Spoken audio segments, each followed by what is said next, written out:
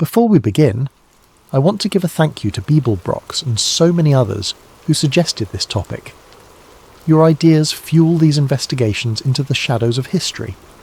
If you have suggestions for future videos, drop them in the comments below. We read every single one.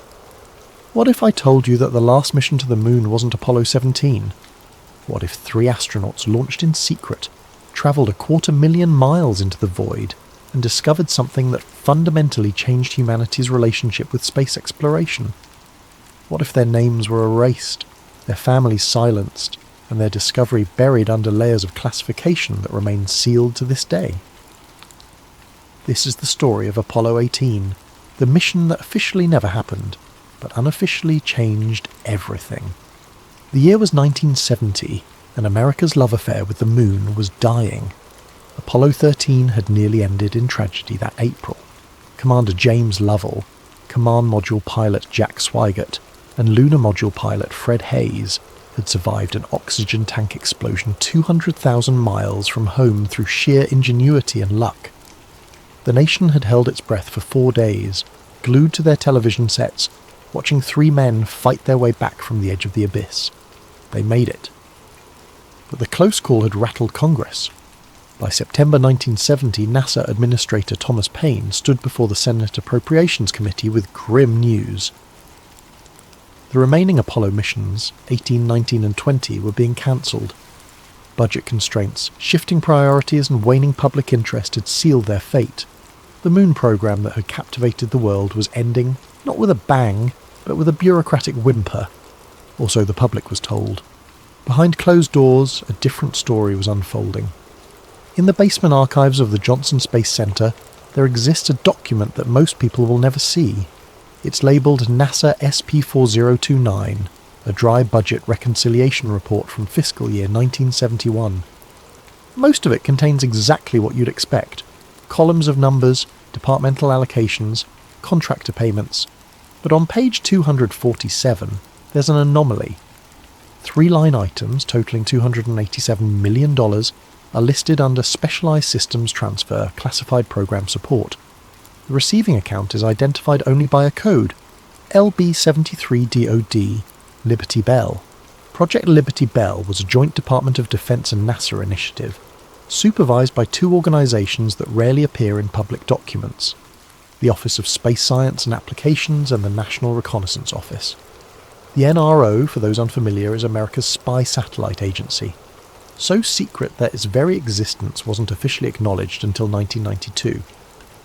What would NASA and America's most classified intelligence agency want with nearly $300 million and a cancelled moon mission?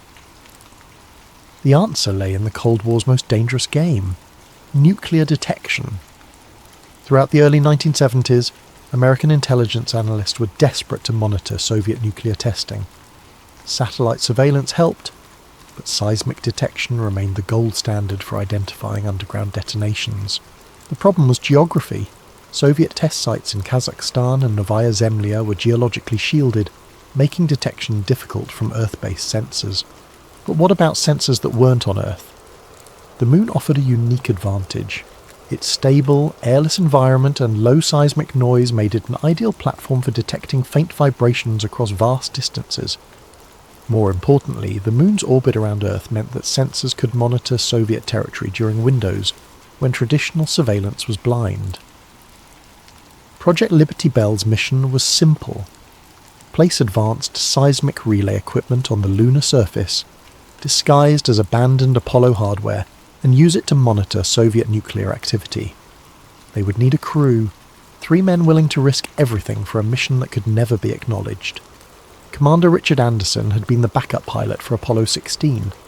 At 41, he was older than most astronauts, a Korean War veteran with silver temples, and the kind of steady calm that made younger pilots defer to him without question.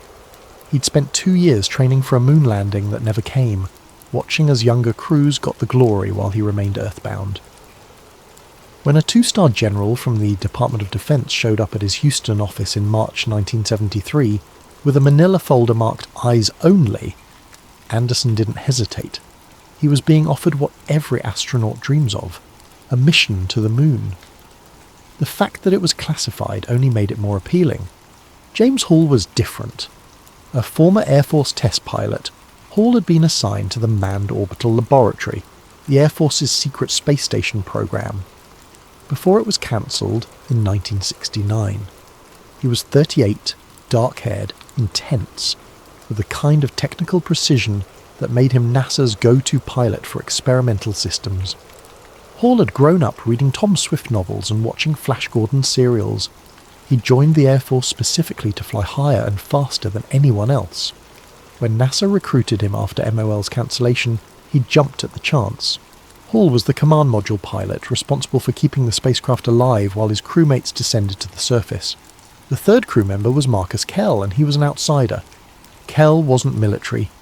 He was a civilian geologist from the United States Geological Survey's Astrogeology Center in Flagstaff, Arizona.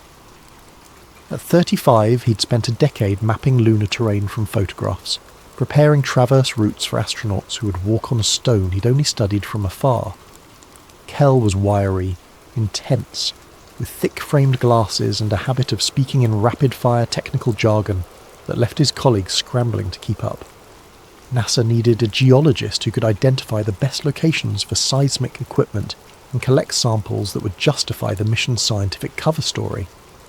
Kell was brilliant, obsessive, and, crucially, unmarried with no children. His disappearance, if necessary, would cause minimal civilian disruption. The crew trained in isolation at a classified facility in Nevada, using equipment labelled as Skylab backup hardware. They studied maps of Mare Moscoviense, a far-side lunar basin that would provide their equipment with an unobstructed view of Soviet territory. They practiced deploying sensor packages disguised as standard Apollo science experiments, and they were briefed on what to do if they found something unexpected. Unlikely, the briefing officer had said, a CIA analyst whose name none of them caught. But the Soviets have had multiple lunar probes in the region. If you encounter any foreign hardware, photograph it, catalogue it, and bring back samples if possible. Do not attempt to interact with it directly. Anderson had raised an eyebrow. What kind of samples? The analyst's expression hadn't changed. Anything unusual. Anything that doesn't match baseline lunar geology. Anything that appears manufactured or processed. You think the Soviets built something up there? We think it's prudent to be prepared for any scenario. That should have been the first warning. Launch Complex 39B at Kennedy Space Center had seen better days. By December 1973, it had been more than a year since the last Saturn V had thundered skyward, carrying Apollo 17. The massive gantry stood silent, a rusting monument to a program that had conquered the moon, and then simply stopped. Tourists visiting the Space Center were told that 39B was being reconfigured for Skylab support operations. A plausible enough story, given that America's space station was still operational. What the tourists didn't see was the nighttime activity. Starting in November, unmarked trucks began arriving after dark, delivering components wrapped in protective shrouding. The vehicle assembly building's high bay doors would open just long enough to admit the cargo, then seal shut. Armed Air Force security police established a perimeter that extended far beyond the normal restricted zone. On the morning of December 7th, 1973, NASA issued a press release announcing a systems compatibility test for Skylab backup hardware, scheduled for December 11th. The test would use vehicle SA-515, one of the unused Saturn V rockets, to verify orbital insertion procedures for potential future space station missions. It was a lie wrapped in technical jargon, and it worked perfectly. SA-515 was real. It had been constructed but never assigned to a mission. The Skylab story was plausible enough that the handful of space journalists who still covered NASA didn't dig deeper, and the December timing was deliberate. The Soviet Union's tracking stations would be focused on their own Soyuz 13 mission, currently in orbit. The crew arrived at the operations and checkout building at 0300 hours on December 11th.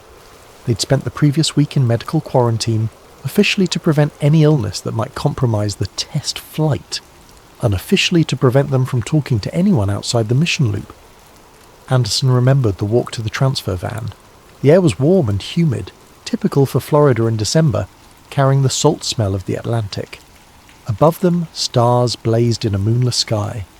The irony wasn't lost on him. They were about to fly to the moon on a night when the moon itself was new, invisible from Earth.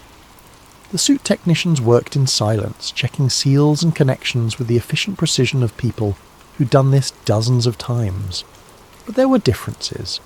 The mission patches on their suits bore no designation, just the NASA logo.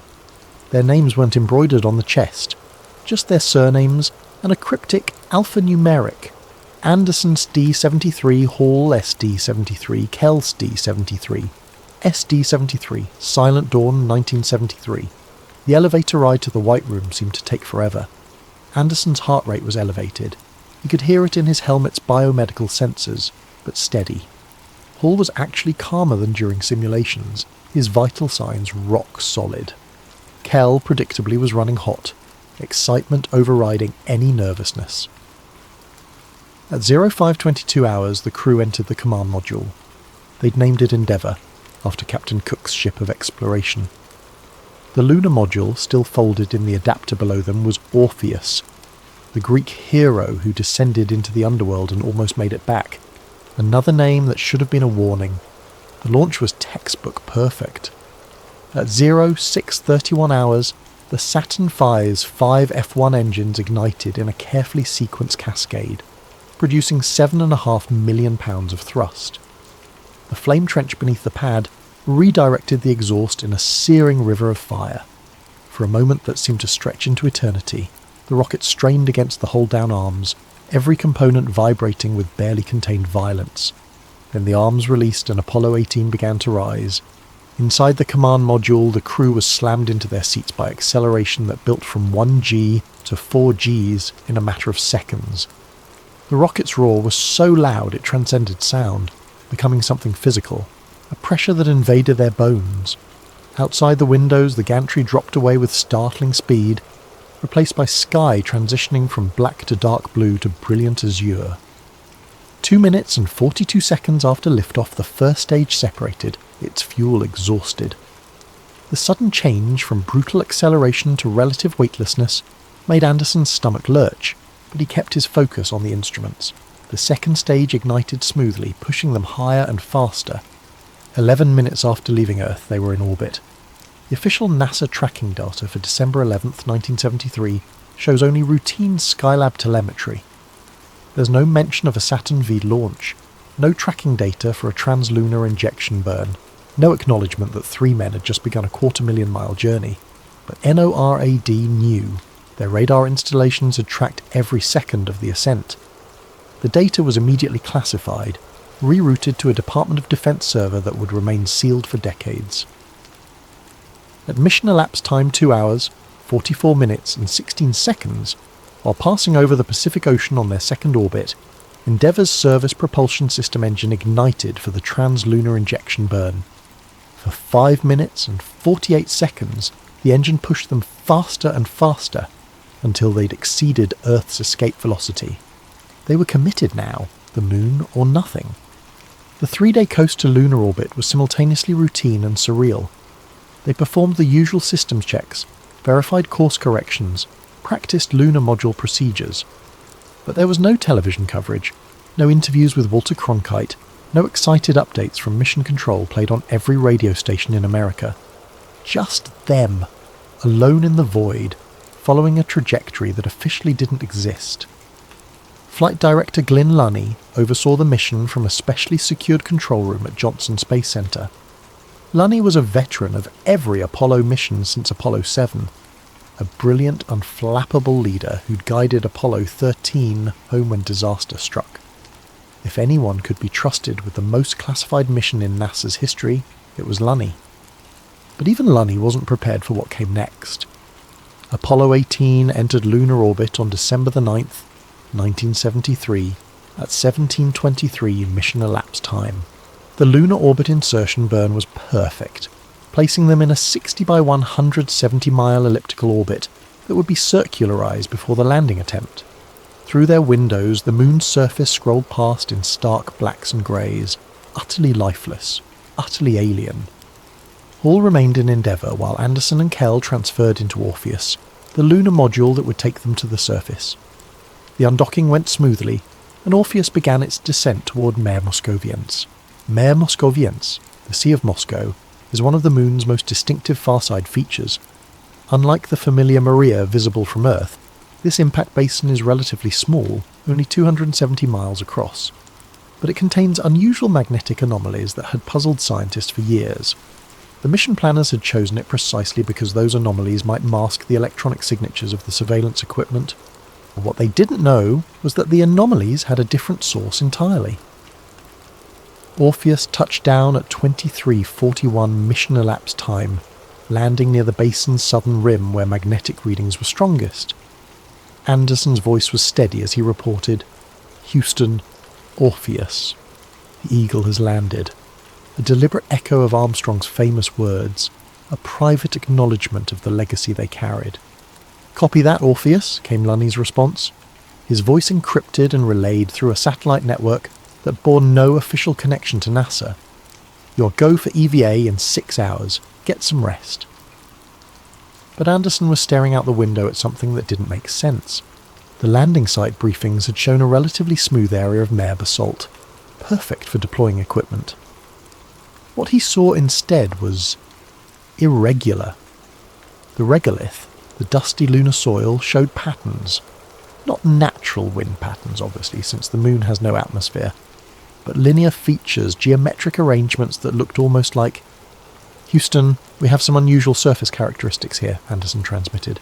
"Request permission to move EVA-1 up to 0300 MET. A long pause, then... "Negative, Orpheus. Stick to the timeline. You need rest." Anderson exchanged a glance with Kell through their helmets.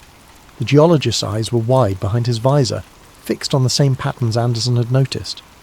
"Copy that, Houston," Anderson said. But he knew neither of them would sleep. 4 hours later, they were suiting up anyway. The first EVAs officially began at 3:17 mission elapsed time. Anderson descended the ladder first, pausing on the bottom rung to deliver the words he'd rehearsed 100 times. "I step onto this ancient surface in the spirit of discovery and in the service of my country. No poetry, no giant leap for mankind." This was a military operation, and his words reflected that. Kell followed, immediately setting up the camera that would document their activities. Unlike previous Apollo missions, this footage would never be broadcast, but it needed to exist for post-mission analysis. They worked efficiently, deploying the seismic equipment packages with the practiced precision of countless simulations. The equipment looked identical to the ALS-EP science packages from earlier missions, but these units contained classified sensors designed to detect specific frequencies associated with nuclear detonations. It was while planting the third sensor array that Kell's voice cut across the radio, sharp with surprise. "Commander, you need to see this." Anderson bounded over in the lunar gravity's lazy arc. Kell was kneeling, or as close to kneeling as the suit allowed, next to an outcrop of rock that protruded from the regolith at an odd angle. "What am I looking at?" Anderson asked. Kell reached out with a gloved hand, brushing dust away from the rock's surface. Except it wasn't rock. The surface was metallic, not meteoritic iron, which Anderson had seen in photographs from previous missions. This was processed metal, showing what looked like machining marks, precise angles that didn't occur in nature. "Houston," Kell transmitted, his voice carefully controlled despite the excitement Anderson could hear underneath. "Surface sample at Station 3 shows unusual characteristics. Structure appears engineered, not geological. Recommend immediate sample collection and detailed photography." The response from Houston was immediate. "Say again, Orpheus. Did you say engineered?" "Affirmative, Houston. The sample shows evidence of the transmission cut out, not static, not interference, just silence." Anderson checked his radio. All lights green.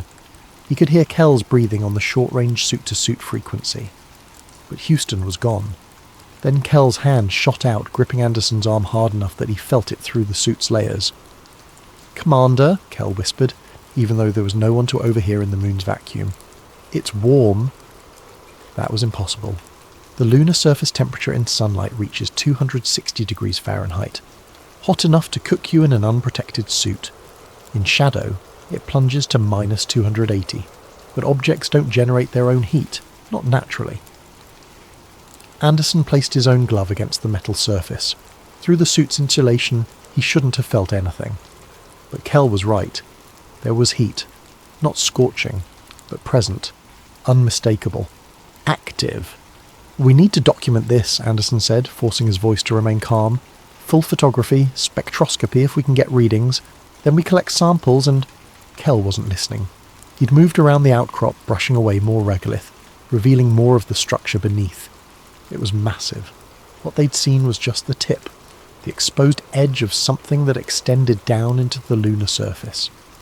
And now that Anderson's eyes had adjusted, he could see that the patterns in the regolith weren't random. They radiated out from this central point, like ripples in a pond, or like something had disturbed the dust when it powered up. Anderson's training took over. Document. Analyze. Report. He began photographing the structure from multiple angles, while Kell used the portable X-ray fluorescence spectrometer to analyze the metal's composition. The readings made no sense. The XRF showed titanium, but not any titanium alloy in their reference database. The crystalline structure was too regular, too perfect. Whatever this was, it hadn't been formed by natural processes. "Orpheus, this is Houston. Do you copy?" The transmission crackled back to life and Anderson nearly jumped. "Houston, Orpheus, we copy. We experienced a 14-minute communication dropout." "Negative, Orpheus. We show continuous telemetry. Your biomedical readouts went offline for 14 minutes, but voice communication remained nominal from our end." Anderson and Kell exchanged another look. They'd been shouting at Houston for 14 minutes with no response. Houston claimed they'd maintained contact the whole time. Someone was lying, or something had interfered with the transmission in a way that affected both ends differently. "Houston, we have a situation here. We've uncovered what appears to be an artificial structure, possibly Soviet in origin, showing—" "Orpheus, cease that work immediately." A new voice, not Lunny, harder, military. "You are to collect the minimum required samples, photograph the area, and return to the LM immediately. Do you understand?" Anderson felt something cold settle in his chest. "Houston, we need more time to properly document." "Orpheus, that is a direct order. Return to the lunar module. Now." The voice left no room for argument. They collected samples. 6 core tubes, each carefully sealed and labelled. Kell wanted to take more, to excavate deeper, to really understand what they'd found. Anderson had to physically pull him away. The climb back up the ladder felt wrong. They were leaving something behind, something that rewrote everything humanity thought it knew about the moon, and they were just walking away. Inside Orpheus, they pressurized the cabin and removed their helmets. Kell's face was flushed, his eyes bright with excitement and frustration. "We found something," he said. "Something that proves we're not alone. And they're ordering us to—" "To follow orders," Anderson interrupted. "We're military personnel on a classified mission. We document, we report, we let the analysts make the calls. But nothing. We've got the samples, we've got photographs, we've done our job." Anderson began the post-EVA system check, his hands moving through the familiar routine while his mind raced. What had they found?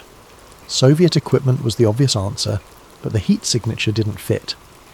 The Soviets had landed lunar probes in the region, but those were automated samplers, not powered installations, and the metal composition was wrong for Soviet manufacturing, which left possibilities that Anderson didn't want to think about. The return to orbit was scheduled for 16 hours later, giving them time to rest and prepare, but neither man could sleep. They sat in the cramped cabin, occasionally glancing at the sample containers, each lost in their own thoughts. It was Kell who finally broke the silence. What if it's not Soviet? Anderson didn't answer. I mean, think about it. The magnetic anomalies in this region have been documented since the early orbital surveys.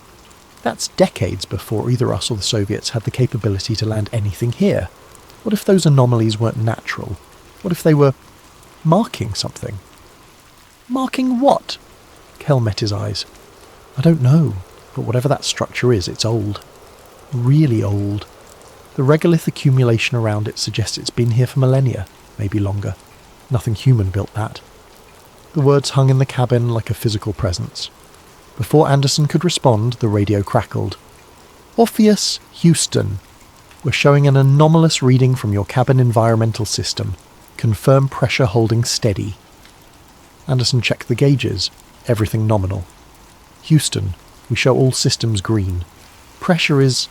He stopped. The cabin pressure gauge was dropping. Not rapidly, but definitely dropping. We have a leak, he said, his voice flat with the kind of calm that comes from years of training for disasters.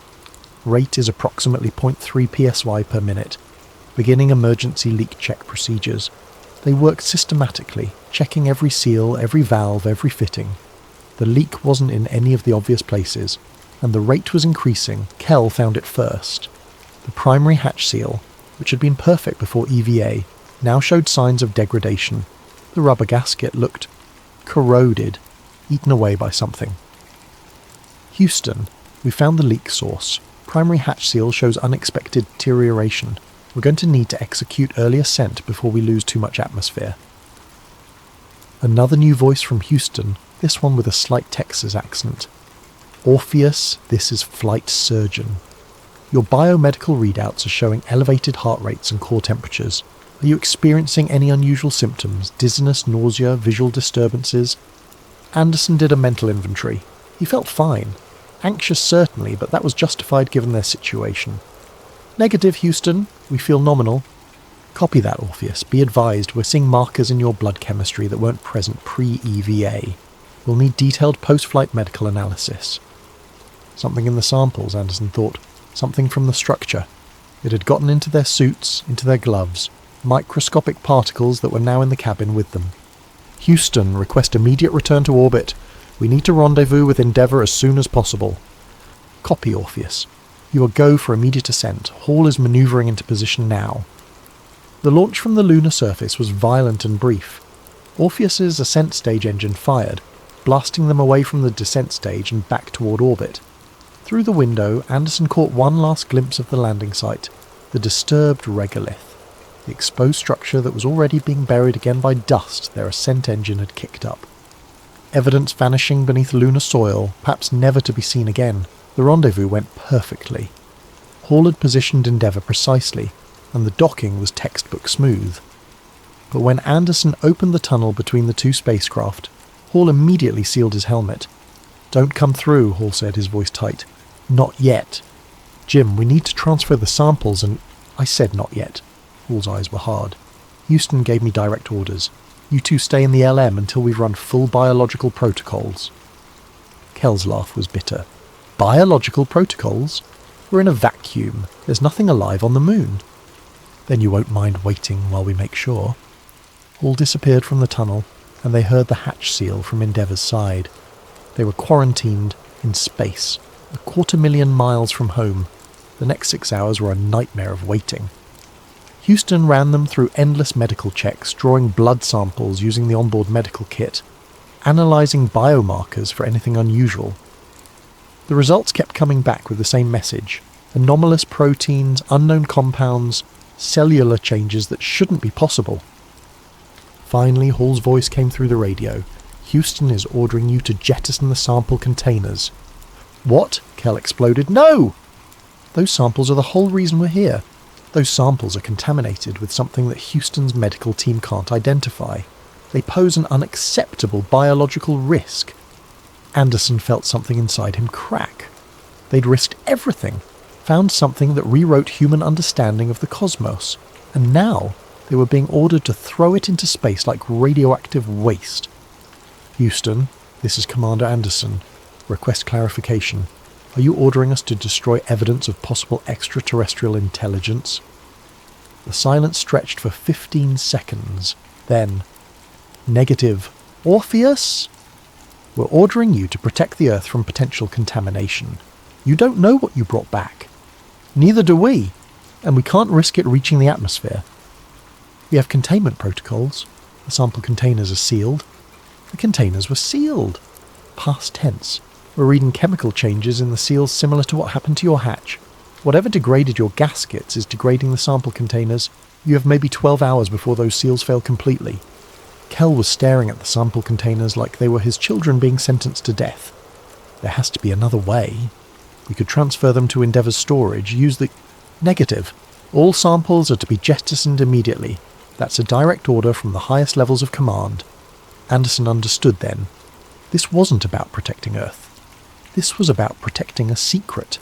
Whatever they'd found, someone had decided it was too dangerous, too destabilizing, too world-changing to ever reach the public. "Commander," Kell said quietly, don't do this." Anderson met his eyes. "I'm sorry." He began opening the sample containers one by one, using the LM's waste disposal chute to vent them into space. Core samples that might have contained proof of ancient intelligence, photographs, spectroscopic data, all of it fed into the void, all except one. While Kell's attention was on the gauges, Anderson palmed one of the smaller containers, a sample of the metallic structure itself. He tucked it into a maintenance access panel, a space meant for tools that would never be inspected during post-flight analysis. If they were going to bury this, at least one piece of evidence would survive.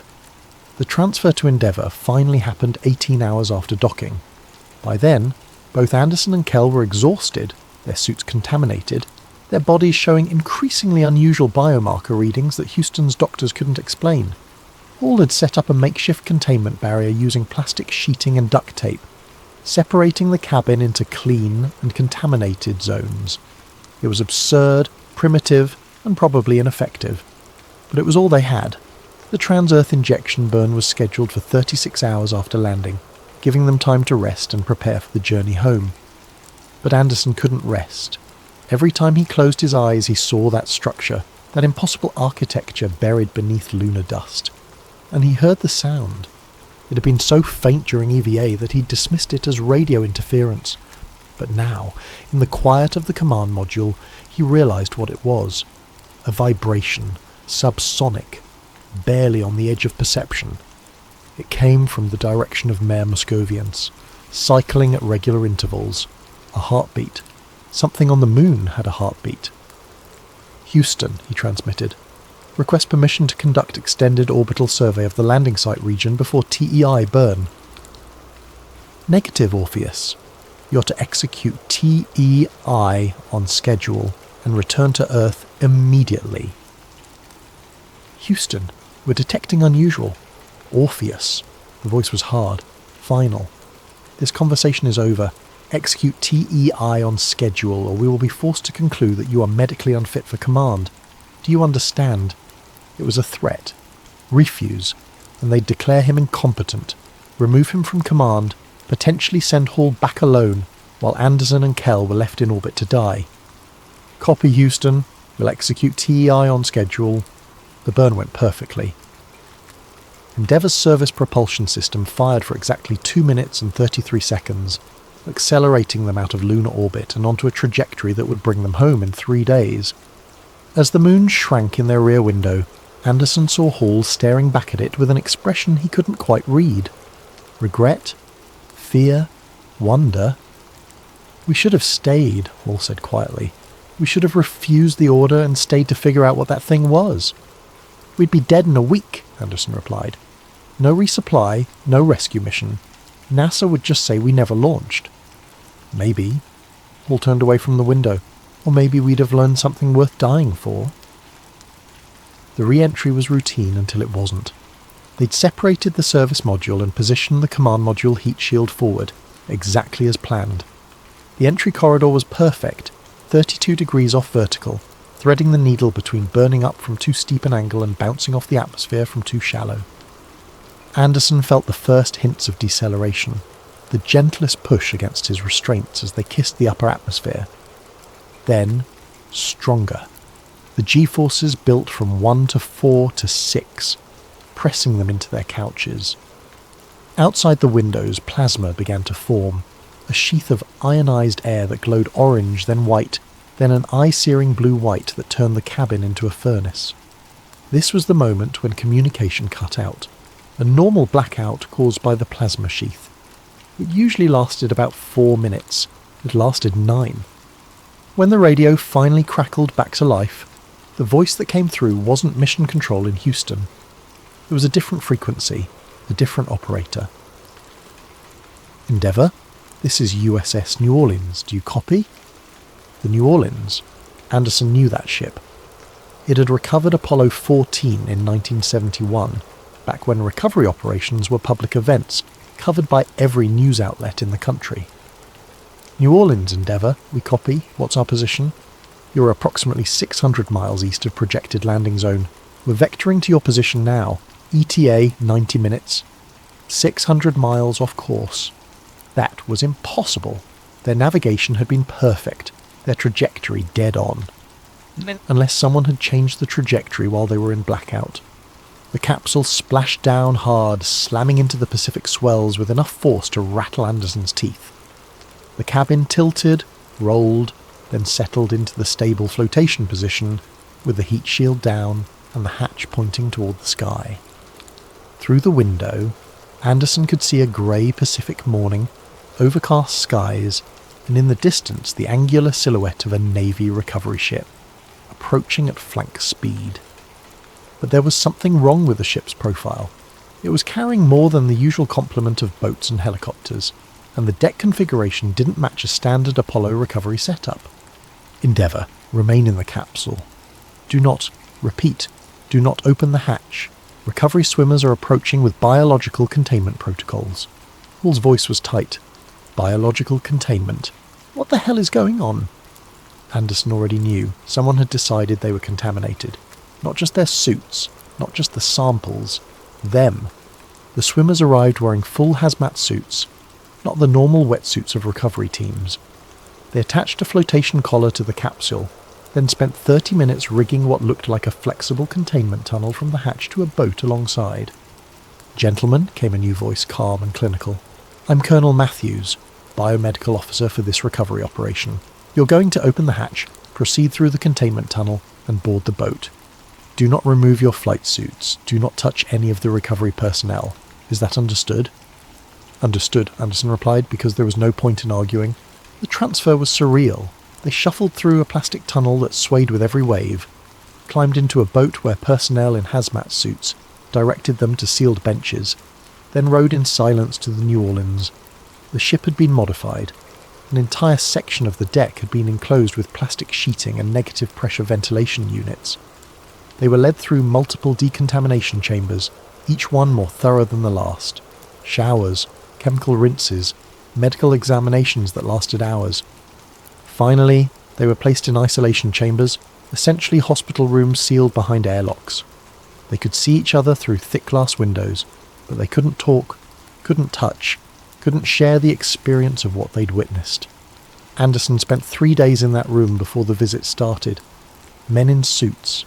No names, no badges, just folders full of documents that needed signatures. Non-disclosure agreements, medical waivers, legal instruments that essentially erased Apollo 18 from history. "Your families have been notified of a training accident," one of the suits explained. His voice was flat, bureaucratic. "You'll be listed as killed in a helicopter crash at Ellington Field. There will be closed casket funerals. Your wives will receive full benefits and pensions." "We're not dead," Anderson said.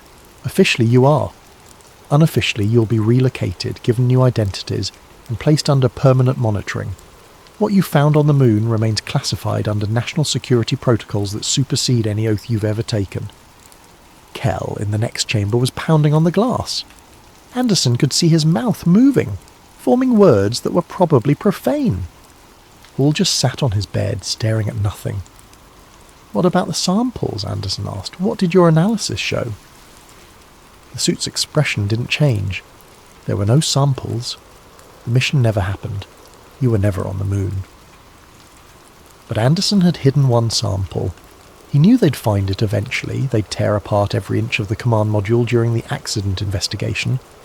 But maybe it would buy enough time for someone to study it, to understand what they'd found. He was wrong. 2 weeks later, the isolation ended. Not because they were cleared, but because the decision had been made.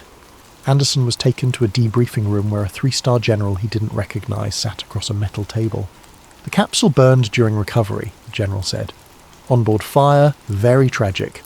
All physical evidence was destroyed. The descent stage on the moon will be listed in records as Apollo 17 hardware. Any lunar reconnaissance that spots it will be explained as a mapping error. You can't erase what we saw. We can. We have. And we will. The General slid a folder across the table. These are your new lives. Study them. Become them. Because if you ever speak about Apollo 18 to anyone, your families, your friends, a priest, a journalist, anyone, you'll disappear. Not into isolation, not into prison. You'll just disappear. Are we clear? They were clear. Richard Anderson became Robert Andrews, a civil engineering consultant in Seattle. He never remarried. He spent his evenings in a small apartment overlooking Puget Sound, watching the moon rise over the water and remembering what it felt like to stand on that ancient surface. James Hall became John Henderson, a flight instructor in Arizona. He taught teenagers to fly Cessnas and tried not to think about the spacecraft he'd piloted through the void. Marcus Kell became Martin Cole, a high school science teacher in Maine. He taught geology to bored sophomores and died a little inside every time they asked if anyone had ever found evidence of life beyond Earth. They never saw each other again. The agencies made sure of that. But they weren't the only ones who knew. In 1981, a NASA technician named Eldon Nichols was diagnosed with terminal pancreatic cancer. He was 82 years old, a veteran of the Mercury, Gemini, and Apollo programs, and he'd been present at Hickam Air Force Base in Hawaii when the Apollo 18 crew was brought ashore. Before he died, Nichols gave an interview to a freelance journalist named Patricia Morrison. The interview was never published. Morrison's editor killed the story, her notes mysteriously disappeared from her apartment, and she received a visit from two men who strongly suggested she find a different career. But Morrison remembered what Nichols had told her.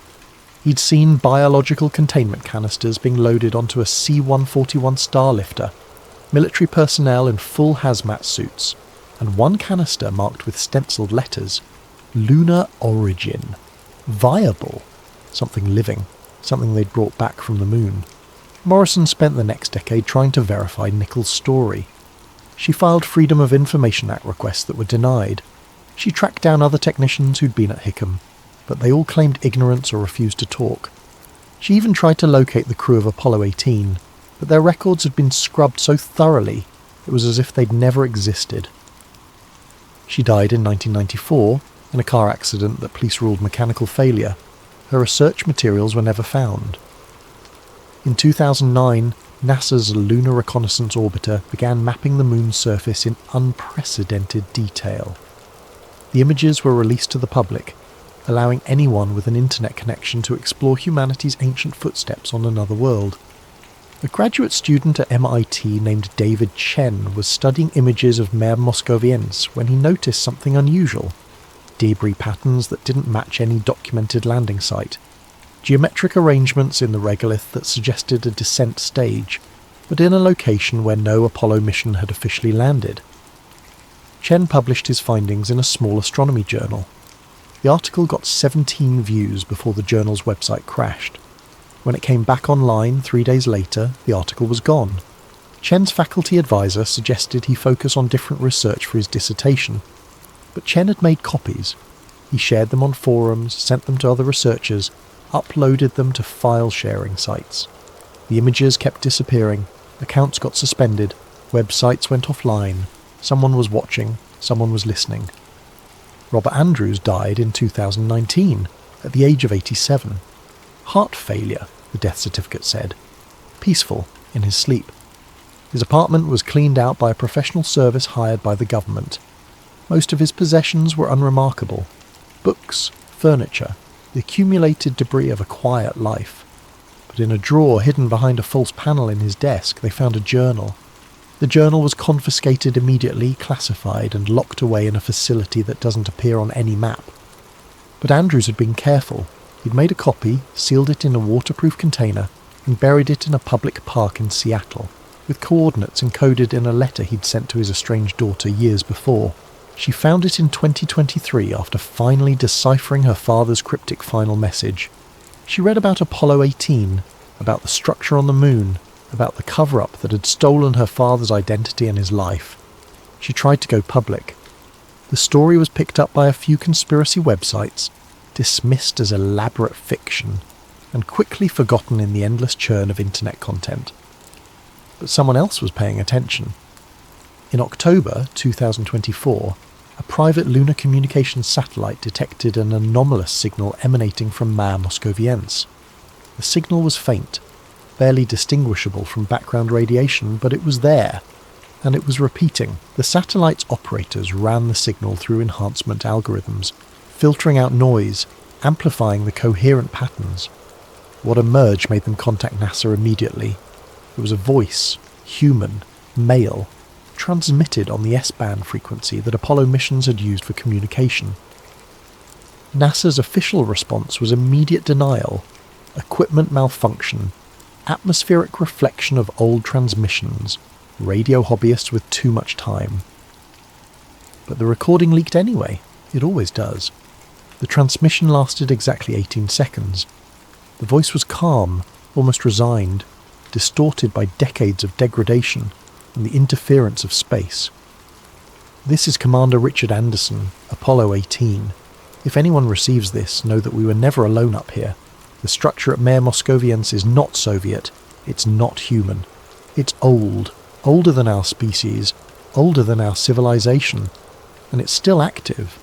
We thought we were explorers, but we were trespassers.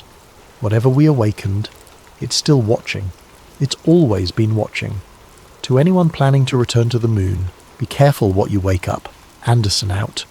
The recording has been analysed by audio forensics experts. Some claim it's authentic, a genuine transmission from 1973 that somehow got stored in the moon's magnetic field and released decades later. Others insist it's a hoax, an elaborate fake created by conspiracy theorists with access to vintage NASA equipment. NASA refuses to comment beyond their initial denial, but in the sealed archives, in the folders marked Eyes Only, there's a 1974 memo from the National Reconnaissance Office to the President of the United States. The memo is brief, just 3 paragraphs, but the final line reads, "Recommend permanent cessation of crewed lunar exploration. Object designated Artifact 1 remains active and demonstrates awareness of human presence. Further contact inadvisable until we better understand its nature and intentions." The memo is stamped approved. That's why we haven't been back to the moon in over 50 years. Not because of budget constraints or shifting priorities or lack of public interest. We haven't gone back because something is waiting there. Something ancient and patient and utterly incomprehensible. And somewhere in the classified depths of government servers, monitoring systems watch Mare Moscoviense 24 hours a day, waiting for the structure to wake up again. Waiting for the signal that will tell us whether that first contact was a greeting or a warning. In a nursing home in Tucson, Arizona, an 89-year-old flight instructor named John Henderson sits by a window, watching the moon rise over the desert. He hasn't spoken in 3 years. Stroke, the doctors say. But his eyes are clear, and sometimes the nurses catch him staring at the moon with an expression they can't quite identify. Fear, longing, recognition. On clear nights when the moon is full, Henderson's heart rate increases. The monitors beep faster, and sometimes, if you're very quiet, you can hear him whispering the same thing over and over. It's still warm, it's still warm, it's still warm. No one knows what he means, but somewhere on the moon, in a basin named for a city most people have never seen, something ancient stirs in the dust, waiting, watching. Remembering the day 3 humans came, discovered its existence, and fled back to their distant blue world. Next time, it won't let them leave.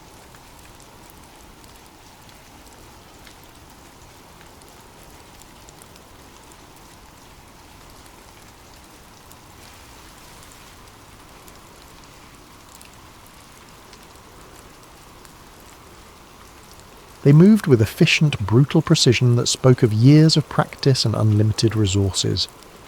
Men in dark tactical gear emblazoned with HSI, Homeland Security Investigations, flooded her apartment like a coordinated invasion force. They carried electronic jammers that immediately killed her internet connection and cell phone signal, ensuring that no evidence of the raid could be transmitted to the outside world. Mara didn't resist. She couldn't. The revelation of her own name in the exercise documents had shattered something fundamental in her understanding of reality. She sat frozen in her chair as they systematically dismantled her entire investigation, bagging computers, hard drives, printed documents, and the original VHS tape that had started everything. Mara Ellison, the team leader announced, his voice carrying the flat, bureaucratic authority of someone who had recited these words many times before. You are being detained under the Espionage Act and the provisions of the Patriot Act for the unauthorized access of classified material and conspiracy to aid terrorist entities in their ongoing operations against the United States. The charges were absurd, but Mara understood that absurdity was the point. In the post-9/11 legal framework, the government's definition of terrorism had expanded to include almost any activity that challenged official narratives. Her research, her questions, her very curiosity had been redefined as acts of treason. As they led her out in handcuffs, past the terrified faces of neighbours who would remember her as the woman who had turned out to be a spy, Mara caught a glimpse of someone watching from across the street. It was Kellerman, the man from the cafe, observing her arrest with the detached professionalism of someone monitoring a completed operation. Their eyes met for a brief moment and he nodded slightly, not in greeting or sympathy, but in acknowledgement, a confirmation that everything had proceeded according to plan. The government's case against her was presented in a sealed FISA court, where neither the evidence nor the proceedings were accessible to public scrutiny. They had documentation of her accessing classified servers, recordings of her encrypted communications with foreign assets like at Radar Ghost, and her own research notes that they characterized as intelligence gathering for hostile entities. They presented her investigation not as the work of a concerned citizen or independent researcher, but as a sophisticated espionage operation designed to undermine public confidence in government institutions and aid terrorist recruitment. Every question she had asked was reframed as an attack on national security. Every fact she had uncovered was presented as intelligence that could be used against American interests. The judge, operating under national security guidelines that prioritize state secrets over due process, sentenced her to indefinite detention in ADX Florence, the federal supermax facility designed to make dangerous criminals disappear from the world.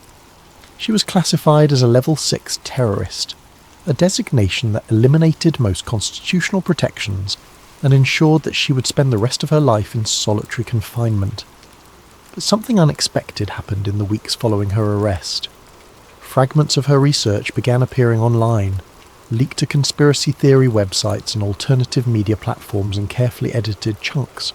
Anonymous accounts uploaded her audio analysis comparing the ATC recordings, her financial charts tracking the put options, and scanned pages from Dr. Thorne's suppressed paper. The leaks were incomplete and disconnected, presenting tantalizing glimpses of a larger truth without providing the comprehensive narrative that Mara had spent months constructing. Each fragment raised more questions than it answered, creating a puzzle that thousands of amateur researchers began trying to solve. The story spread through the conspiracy theory ecosystem with viral intensity. Mara Ellison became a martyred truth-teller, a patriotic whistleblower who had been silenced by a tyrannical government for asking inconvenient questions. Her name appeared on protest signs and bumper stickers. Her fragmented research became the foundational text of a new generation of 9/11 truth-seekers who built elaborate theories around the gaps in her evidence. Online forums dedicated to her case attracted hundreds of thousands of members who spent countless hours analysing every leaked document, enhancing every audio file, and connecting dots that may or may not have been related. The movement consumed enormous amounts of time and energy from people who might otherwise have been investigating more immediate and actionable forms of government corruption. In her solitary cell, staring at concrete walls that never varied, Mara had years to think about what had really happened to her. She had access to limited reading materials, carefully selected books and magazines that were screened for security risks, but no internet, no phone calls, and no contact with the outside world except for monthly visits from a government-appointed psychiatrist who documented her mental state for official records. During those long, empty hours, she began to understand the true sophistication of the operation she had been part of. The evidence she had uncovered was real. The financial anomalies, the radar substitutions, the media manipulation had all been genuine. But her discovery of them hadn't been accidental. She had been led to each revelation by a carefully constructed trail that had made her feel like an independent investigator while actually being a participant in a psychological experiment. The goal wasn't to suppress inconvenient truths about September 11th. It was to manage them, to ensure that people who asked dangerous questions were given satisfying, but ultimately harmless answers that would occupy their attention without threatening the real power structures that had profited from the attacks. Her research had been allowed to develop just far enough to create compelling conspiracy theories, but not far enough to identify the specific individuals and institutions that were actually responsible. She had mapped the edges of the conspiracy while being carefully steered away from its centre. The 9/11 truth movement that had grown around her, leaked research was exactly what the system needed. A large, vocal, but ultimately marginalised group that absorbed dissent and channeled it into harmless activities like conference presentations, documentary films and internet discussions. The conspiracy theorists served as controlled opposition, providing an outlet for skepticism while ensuring that genuine investigation was drowned in a sea of speculation and theory. But perhaps most insidiously, her case had established a precedent for the treatment of future researchers. Anyone who began asking serious questions about government actions would be confronted with the example of Mara Ellison, the translator who had thought she was uncovering truth, but had actually been playing a role in an elaborate deception, and who had ended up spending her life in prison for crimes she didn't understand she was committing. The message was clear. The cost of curiosity was too high, the risk of investigation was too great, and the line between research and treason was too thin for ordinary citizens to navigate safely. Years passed in the unchanging routine of maximum security imprisonment.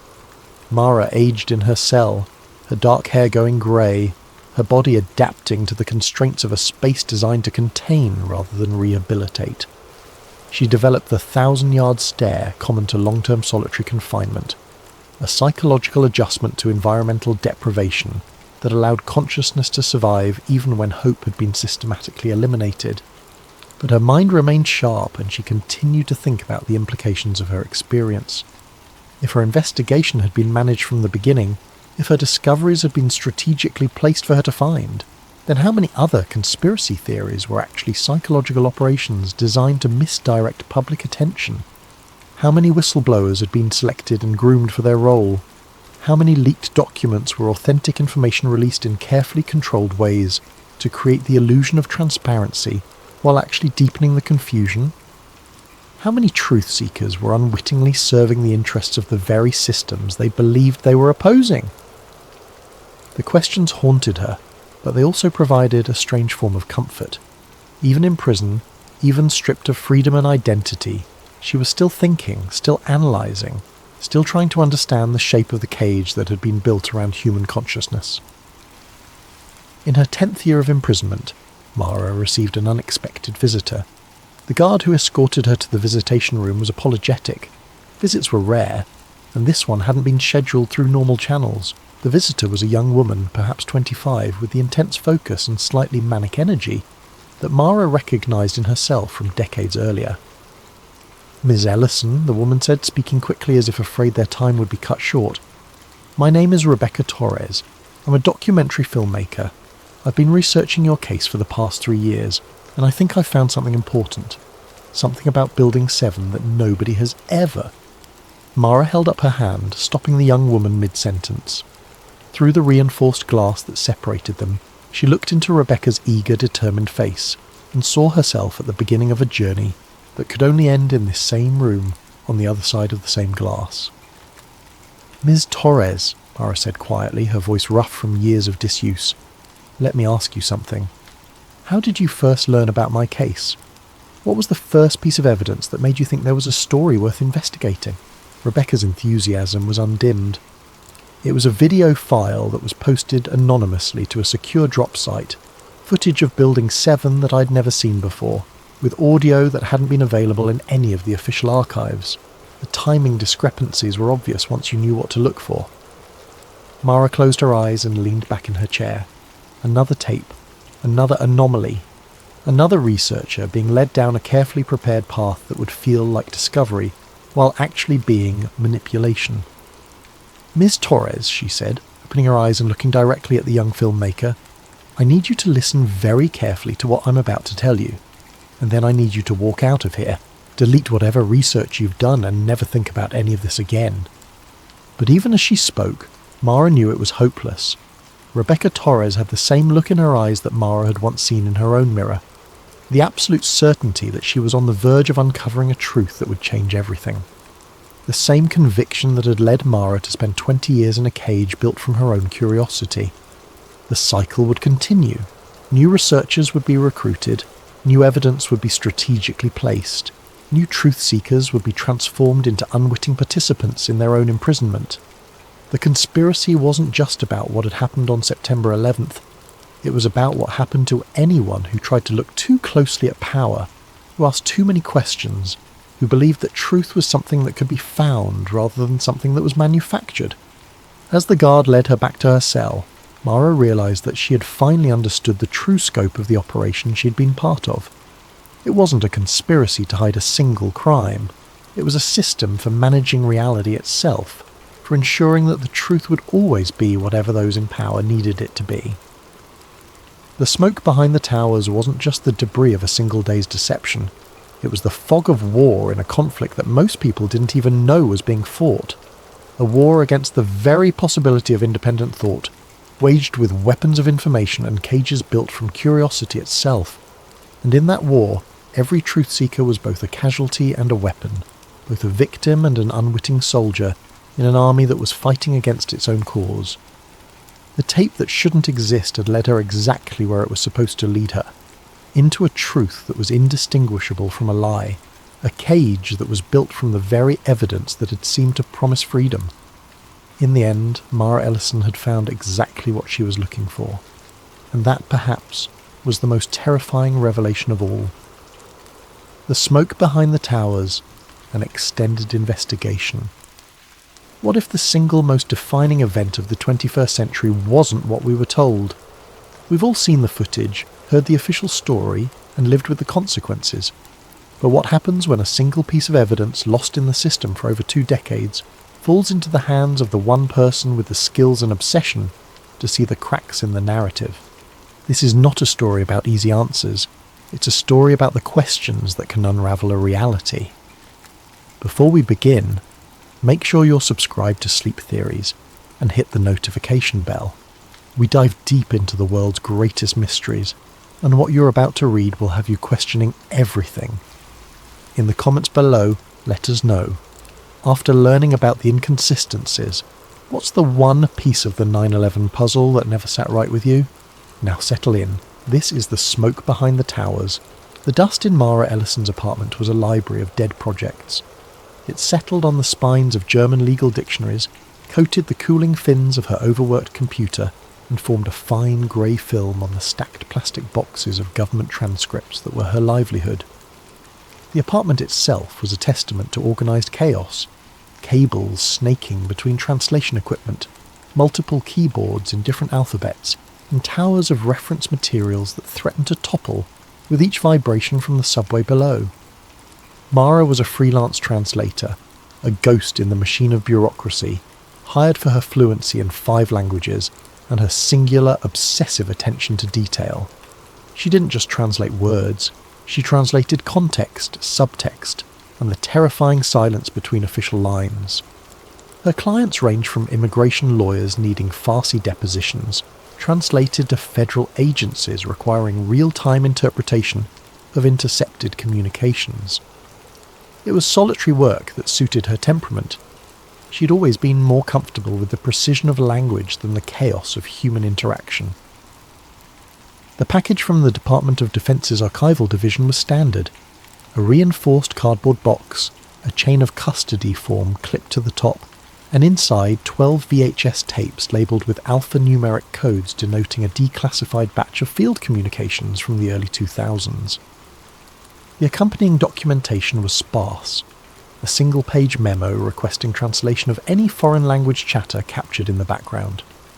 The pay was modest but steady, and Mara had developed a reputation for catching linguistic details that others missed. Her workspace was a shrine to analog precision. The professional-grade VCR, a Sony model worth more than most people's cars, sat connected to a digital audio interface that allowed her to isolate frequency ranges and enhance muffled conversations. Multiple monitors displayed waveform analysis software alongside translation databases. She worked methodically, her headphones sealing her in a world of static, fragmented Farsi, Arabic phrases, and the ambient hum of old magnetic tape. The first 11 tapes were unremarkable: routine military communications, helicopter pilots discussing weather conditions, occasional snippets of foreign languages that were either too corrupted to translate or turned out to be harmless civilian chatter picked up by sensitive equipment. She documented everything with academic precision, noting timestamps, speaker identifications, and confidence levels for her translations. Tape 7 was different from the moment she picked it up. Its label, DOD-AFC-0 91101-BROLL-4, was slightly smudged, the ink appearing fresher than the others despite the identical date stamps. The B-roll designation caught her attention, typically used for supplementary footage, background material that never made it to air. September 11th, 2001 was faded but legible in the corner, written in what looked like different handwriting than the official labels. She slotted it into the VCR with the reverence of an archaeologist handling a fragile artifact, and pressed play. The screen fizzed to life with the chaotic, familiar horror of that morning. But this wasn't the sanitized, repeatedly broadcast footage that had been burned into collective memory. This was raw, unprocessed, shot from what appeared to be a news helicopter hovering at an angle she'd never seen before. The North Tower bled a furious black plume into a perfect blue sky, but the colours were wrong. They were too vivid, too saturated, as if the horror had been amplified by the unfiltered lens. Her trained eye, honed by years of spotting inconsistencies in testimony and documentation, caught it immediately. In the lower third of the frame, a timecode burned into the tape read 08:42:17 Eastern Standard Time. She knew the official timeline by heart. American Airlines. Flight 11 had struck the North Tower at 8:46 a.m, a 4-minute discrepancy. A chill, small and precise, traced a path down her spine. Technical errors were common in archival footage, she rationalised. Equipment malfunctions, camera operators forgetting to sync their timestamps. She'd seen it hundreds of times in legal depositions where security cameras showed impossible timelines. But as she continued watching, the discrepancy held. The timecode advanced in perfect synchronization with real time, never jumping or resetting. This wasn't a technical glitch. It was consistent, deliberate, accurate. And if it was accurate, then everything she knew about that morning was built on a foundation of sand. Then she heard the voices. They were not the panicked cries of civilians or the frantic dispatches of news anchors that had filled the airwaves. These voices were cool, professional, crackling with the distinct compression of military-grade communication systems. They were barely audible under the rotor wash and wind noise, but her equipment could isolate and enhance them. Command, this is Skywatch. Confirmed scenario is live. Repeat, is this Vigilant Guardian live or real world? The voice was young, male, with the clipped precision of military training but an undertone of confusion that made Mara's pulse quicken. A pause, filled with the sound of roaring fire and distant sirens. When the response came, it was from a different voice, older, calmer, carrying the authority of rank. Maintain exercise protocol. All units. This is a live fly exercise. Treat all tracks as simulated until otherwise notified. The first voice came back, strain creeping in. Skywatch copies. Maintaining protocol. Jesus, that's a lot of smoke for a simulation. Another voice joined the channel, different again, with a slight accent she couldn't immediately place. Command, Falcon 2 requesting permission to vector intercept on the southern track. We show multiple bogies, but exercise parameters did not account for this density. Negative Falcon 2, maintain exercise posture. All tracks are part of the scenario until command confirms otherwise. Mara's breath caught in her throat. Vigilant Guardian. The name meant nothing to her, but the context was unmistakable. They were talking about an exercise, a drill, at the exact moment when the real attack was unfolding. The confusion in their voices was genuine. They couldn't tell what was real and what was simulation. She rewound the tape, listening again with professional focus. The voices were too clear to be atmospheric noise, too organised to be random civilian communications. This was operational military chatter, recorded at the highest levels of the response hierarchy. And according to the time code, it was happening before the official narrative said the first plane had even hit. The camera panned, and she saw the South Tower in the background, pristine and untouched.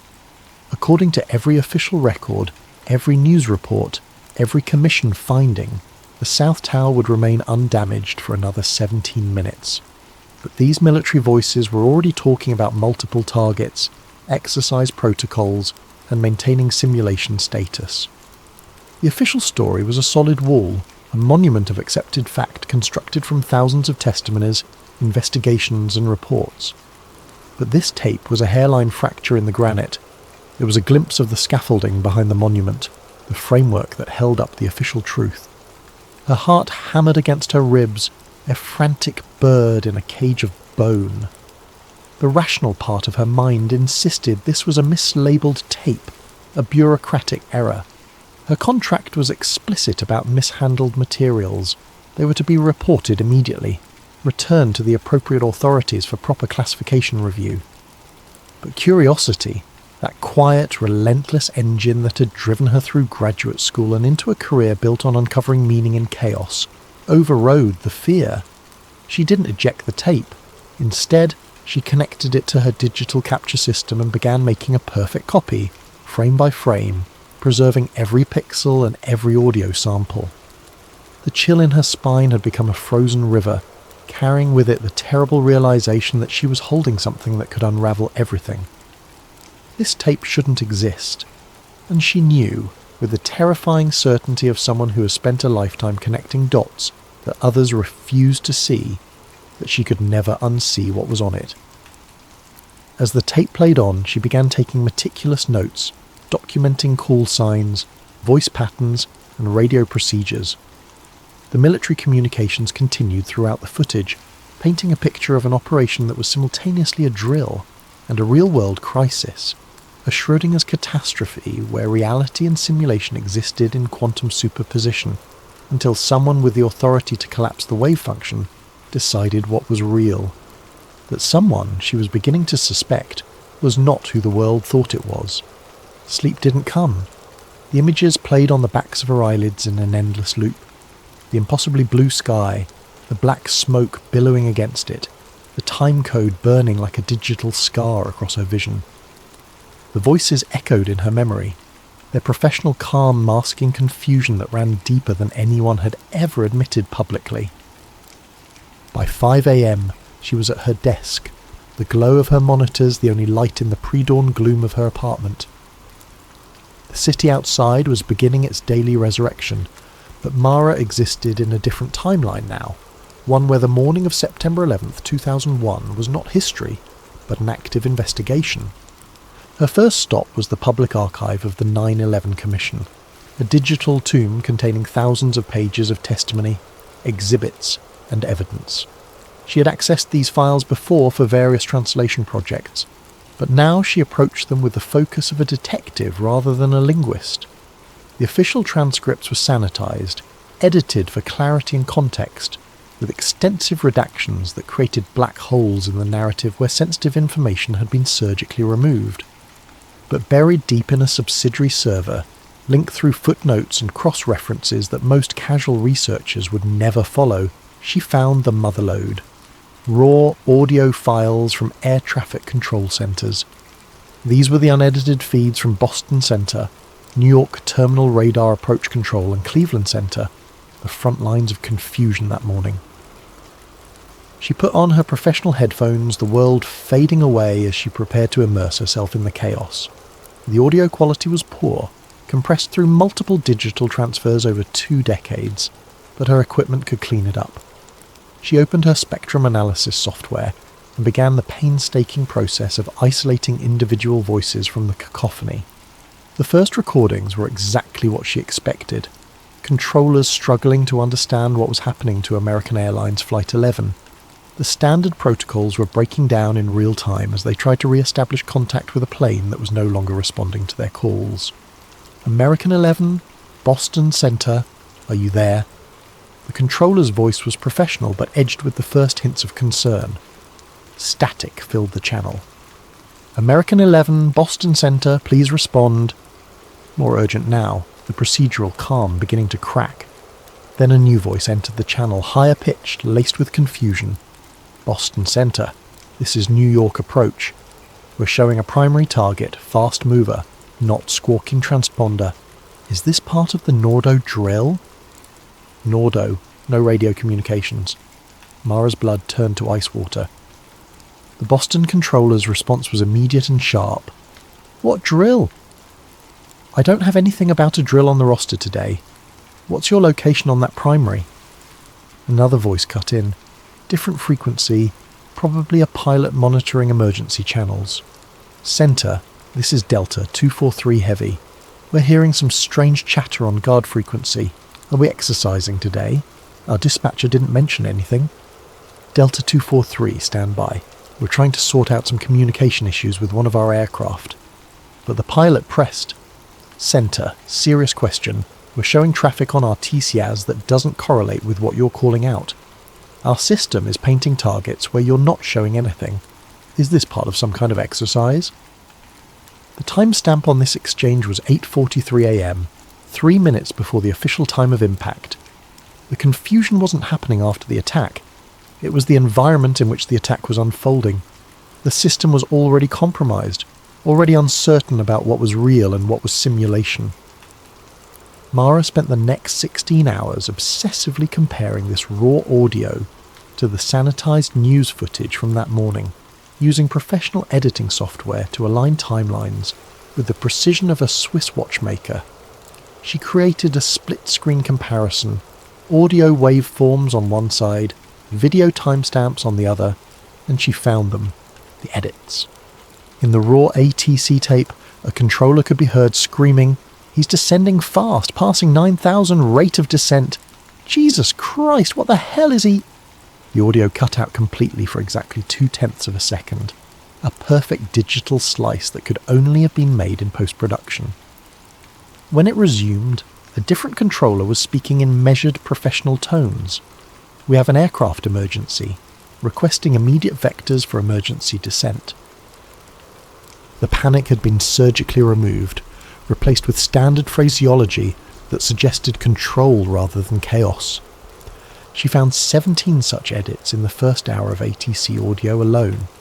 Each one removed confusion, uncertainty, or references to exercises and drills.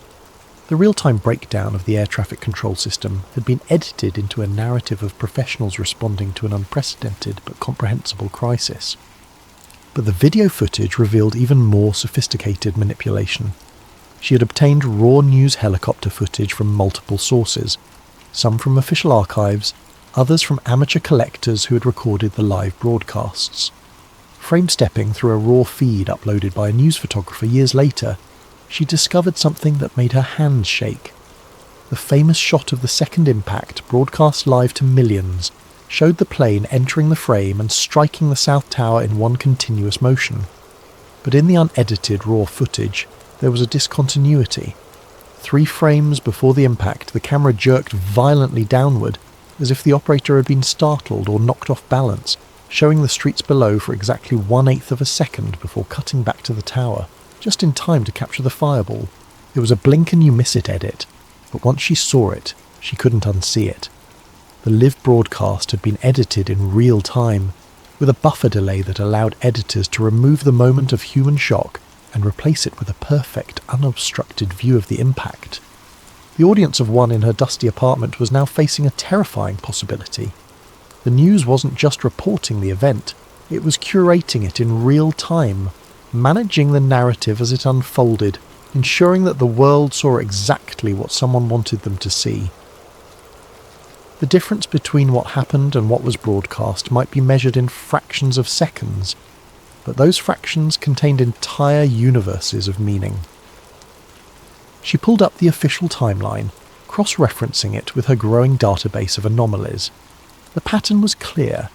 Every moment of confusion, every instance where the official response system revealed its underlying chaos, had been carefully edited out of the historical record.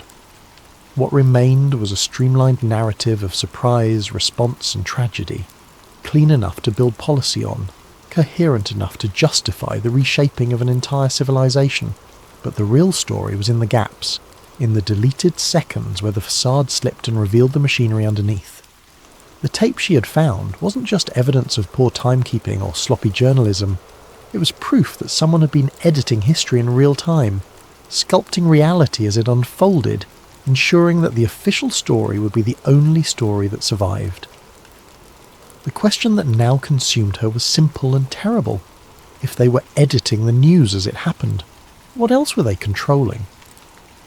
The digital rabbit hole led her inevitably to the physical world. Knowledge had a weight, she realised, and after 3 days of staring at screens, she needed to feel the heft of actual books, the texture of paper that had existed before the internet had made all information suspect. The New York Public Library's Science, Industry and Business Library was a temple to pre-digital knowledge, its research floors filled with bound periodicals and technical journals that predated the homogenization of online information. She took the subway through the early morning darkness, hyper-aware of every face, every reflection in the train windows, the paranoia now a constant background hum in her consciousness. She requested archived journals from the American Society of Civil Engineers, Structural Engineering International, and the Journal of Constructional Steel Research, focusing on publications from late 2001 through 2003. The librarian, a thin man with wire-rimmed glasses who seemed to exist in permanent twilight, led her to a research carrel buried deep in the stacks. The official reports were unequivocal and had been cited thousands of times. The intense jet fuel fires had softened the steel structural members, causing thermal expansion that pushed the floor joists off their supports. The floors pancaked down onto each other in a progressive collapse that accelerated due to the increasing mass and momentum. It was tragic but straightforward physics. Fire weakens steel, gravity does the rest.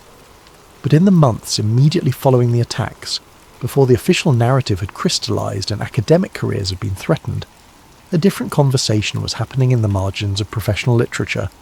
She found letters to the editor, brief technical notes, and transcripts from early conferences where structural engineers voiced quiet, professional skepticism.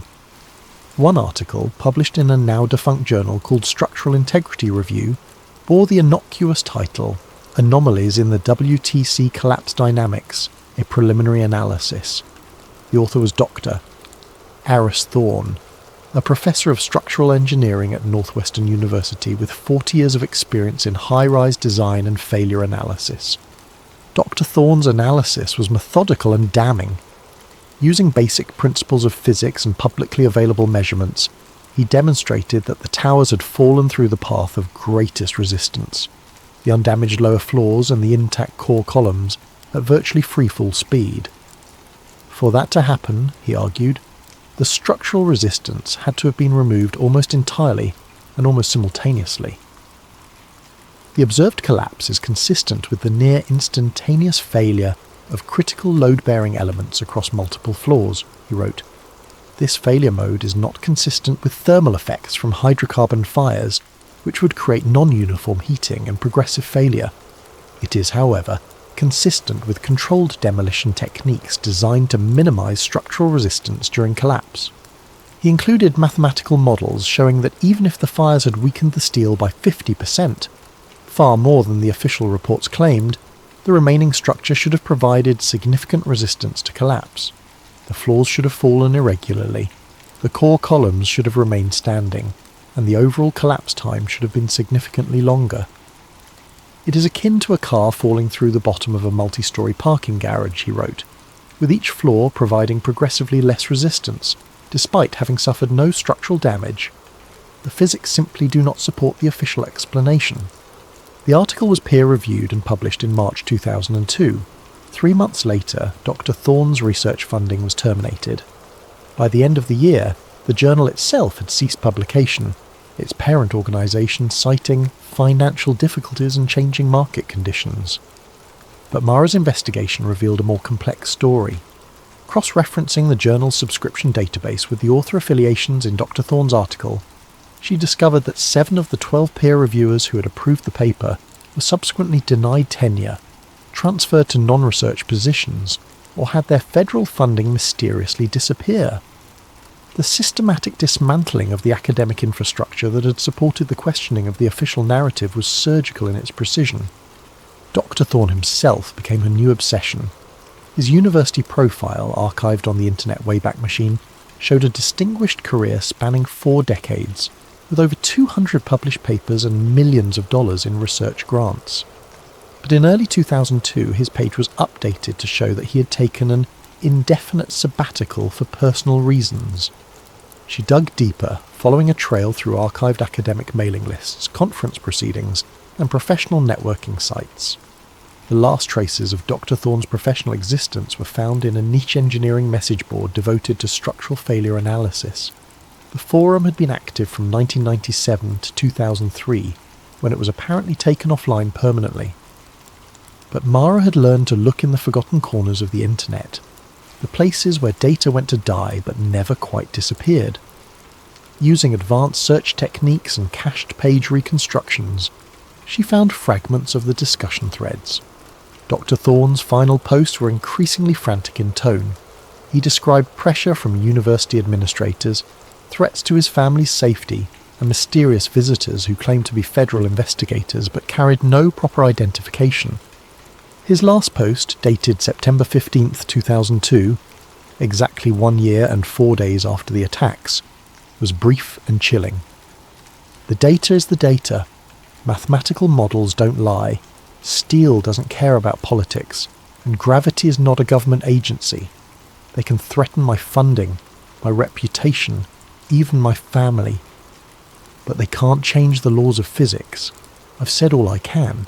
To those still listening, they're watching. I suggest you all be careful what you look for. You might not like what finds you back. He never posted again. A follow-up news search revealed a brief article from the Chicago Tribune, buried on page 7 of the Metro section 6 months later. University professor missing. Foul play not suspected. The article was perfunctory, almost dismissive. Dr. Thorne had been reported missing by his sister when he failed to appear for Christmas dinner. His car was found at O'Hare Airport, keys in the ignition, a plane ticket to Vancouver in his name unused at the gate. Professor Thorne had been under considerable stress related to academic disputes, an unnamed university spokesperson was quoted as saying. This appears to be a case of someone needing to start fresh somewhere else. But there was no trail after that. No credit card usage, no bank withdrawals, no rental agreements or employment records under his name, or any obvious aliases. Dr. Aris Thorne, a man who had spent 40 years building a paper trail of academic achievement, had simply evaporated. Mara closed her eyes in the sterile library lighting, the weight of the revelation settling on her shoulders like a lead blanket. The systematic silencing hadn't been limited to Dr. Thorne. As she continued her research, she found a pattern of structural engineers, metallurgists, and physics professors who had raised questions about the official collapse narrative in those crucial first months after the attacks. All of them had faced professional consequences. All of them had been marginalised, defunded, or discredited. And all of them had eventually stopped asking questions about September 11th. The few who continued their research had moved to other countries, found positions in private industry, or simply disappeared from the academic record entirely. What remained was a consensus not of discovery but of survival, a scientific community that had learned, through selective pressure and systematic intimidation, that certain questions would not be tolerated. The official story wasn't just the accepted version of events, it was the only version that was professionally survivable. As she gathered her notes and prepared to leave the library, Mara felt exposed under the flickering fluorescent lights. The paranoia was no longer abstract. It was a physical sensation, A cold certainty that she was being observed, catalogued, evaluated for the threat she might represent. The knowledge she was accumulating had a price, she realised, and others had already paid it. The question now was whether she would be added to the list of people who had learned too much for their own good. The feeling of being watched had evolved from paranoia into operational security. Mara began varying her routines, taking different routes home, using cash for purchases, and conducting her most sensitive research from internet cafes and public libraries, rather than her home computer. She had read enough about surveillance to know that once you were on someone's radar, digital footprints became roadmaps to your location and intentions.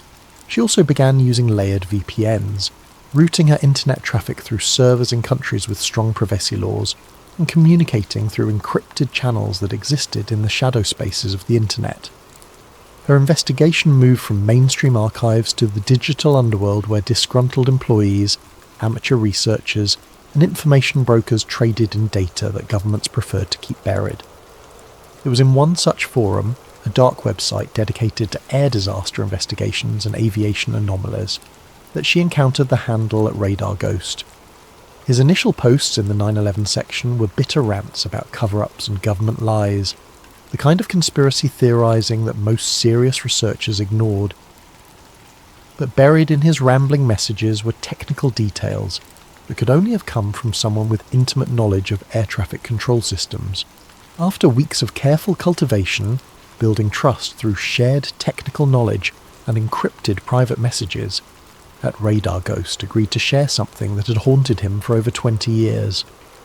"This will cost me everything if it's traced back to me," he wrote, in a message encrypted with military-grade protocols. "I was working approach control at a facility that doesn't exist in any official record. We had primary radar coverage of the entire East Coast corridor. I saw things that morning that were scrubbed from every official database, but I kept copies. Insurance, you understand. Don't disappoint me." The file arrived 3 days later, a massive data dump disguised as a corrupted email attachment. When Mara finally decrypted and decompressed it, she found herself staring at 24 hours of raw primary radar returns from September 11th, 2001, not the sanitized transponder data that appeared in official reports, but the unfiltered radar reflections from every object in the sky over the eastern United States. The data was overwhelming. Commercial airliners, private jets, military aircraft, weather balloons, and the electronic noise that cluttered the airspace of the world's busiest aviation corridor. It took her days to write filtering algorithms, cleaning the data, and tracking specific radar signatures through the chaos. She focused first on American Airlines Flight 77, the Boeing 757 that had allegedly struck the Pentagon. The official story was straightforward. The flight had departed Dulles International Airport on schedule, proceeded normally for 36 minutes, then turned off its transponder over southern Ohio, made a wide U-turn back toward Washington, and descended into the Pentagon at high speed. But the raw radar data told a more complex story. The transponder signal for Flight 77 did indeed vanish over Ohio at 8:56 a.m., exactly as the official report stated. But the primary radar target, the physical reflection from the aircraft itself, continued westward for another 63 nautical miles before it simply disappeared from the screen. It didn't fade gradually or descend below radar coverage. It vanished instantly, as if the aircraft had been switched off like a light bulb. Simultaneously, a new primary target appeared on the scope near the West Virginia border, moving southeast at 540 knots toward Washington, D.C. This new radar signature had the exact characteristics of a Boeing 757. The same cross-sectional area, the same speed capabilities, the same flight profile. But according to the official timeline, the real Flight 77 was already well to the east and no longer under radar coverage. The timing was surgical in its precision. The original target disappeared at exactly 9:09:32 a.m. The new target appeared at 9:09:34 a.m., 2 seconds later and 60 miles to the south. It was as if the aircraft had been teleported, or as if one plane had been replaced by another in a carefully choreographed handoff. Radar Ghost's encrypted messages provided context. "See it now?"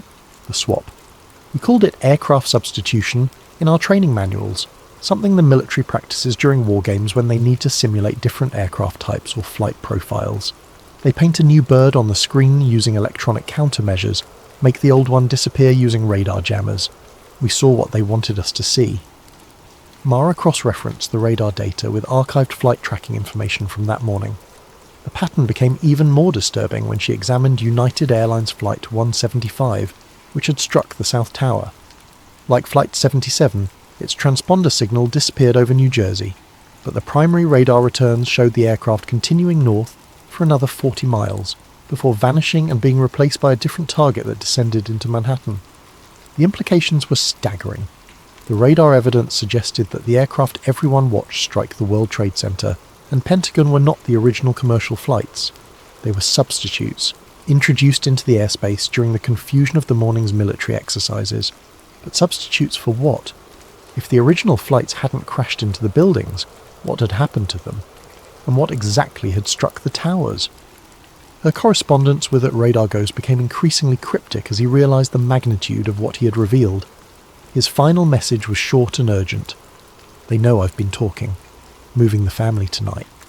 The data you have is real, but is only part of the picture. Look for the fighter jets that weren't supposed to be there. Look for the electronic warfare signatures. And whatever you do, don't trust anyone who claims to be trying to help you. The people who did this have been cleaning up loose ends for 20 years. The account at Radar Ghost went dark after that message. When Mara tried to reach him through back-channel communications, she found that all his digital identities had been systematically erased. Email accounts closed, forum profiles deleted, encrypted messaging services showing no record of his user credentials. It was as if he had never existed. But the radar data remained, a digital fossil of a truth that someone had gone to extraordinary lengths to conceal. The morning of September 11th hadn't just been a terrorist attack, it had been the largest military deception operation in modern history, a shell game played with passenger aircraft while the world watched in horror. The question that now consumed Mara's every waking moment was simple and terrifying. If the planes that struck the buildings weren't the original flights, and if the original flights had been made to disappear somewhere over the American heartland, then who was responsible for the greatest aviation magic trick ever performed? And more importantly, what had happened to the 244 people who had been aboard those vanished aircraft? The scope of the deception was threatening to overwhelm her analytical capabilities. Aircraft substitution, media manipulation, academic intimidation. The threads were weaving together into a pattern so vast and complex that her rational mind struggled to process it. She needed something concrete, something that operated according to simpler rules than military operations or information warfare. She needed to follow the money. Financial markets were brutal in their honesty. Numbers didn't lie, couldn't be intimidated into silence, and left paper trails that were nearly impossible to completely erase. If someone had advanced knowledge of the attacks, they would have found ways to profit from that knowledge, and those profits would be traceable. Mara spent her remaining savings on access to premium financial databases and trading analysis software. She focused on the 3 trading days immediately preceding September 11th, 2001, looking for anomalies that screamed insider knowledge. The first anomaly was so blatant it seemed impossible that it hadn't been front-page news for months. Put options, essentially bets that a stock's price would fall, had spiked to unprecedented levels for American Airlines and United Airlines stock. The volume was not just unusual, it was statistically impossible without advanced knowledge.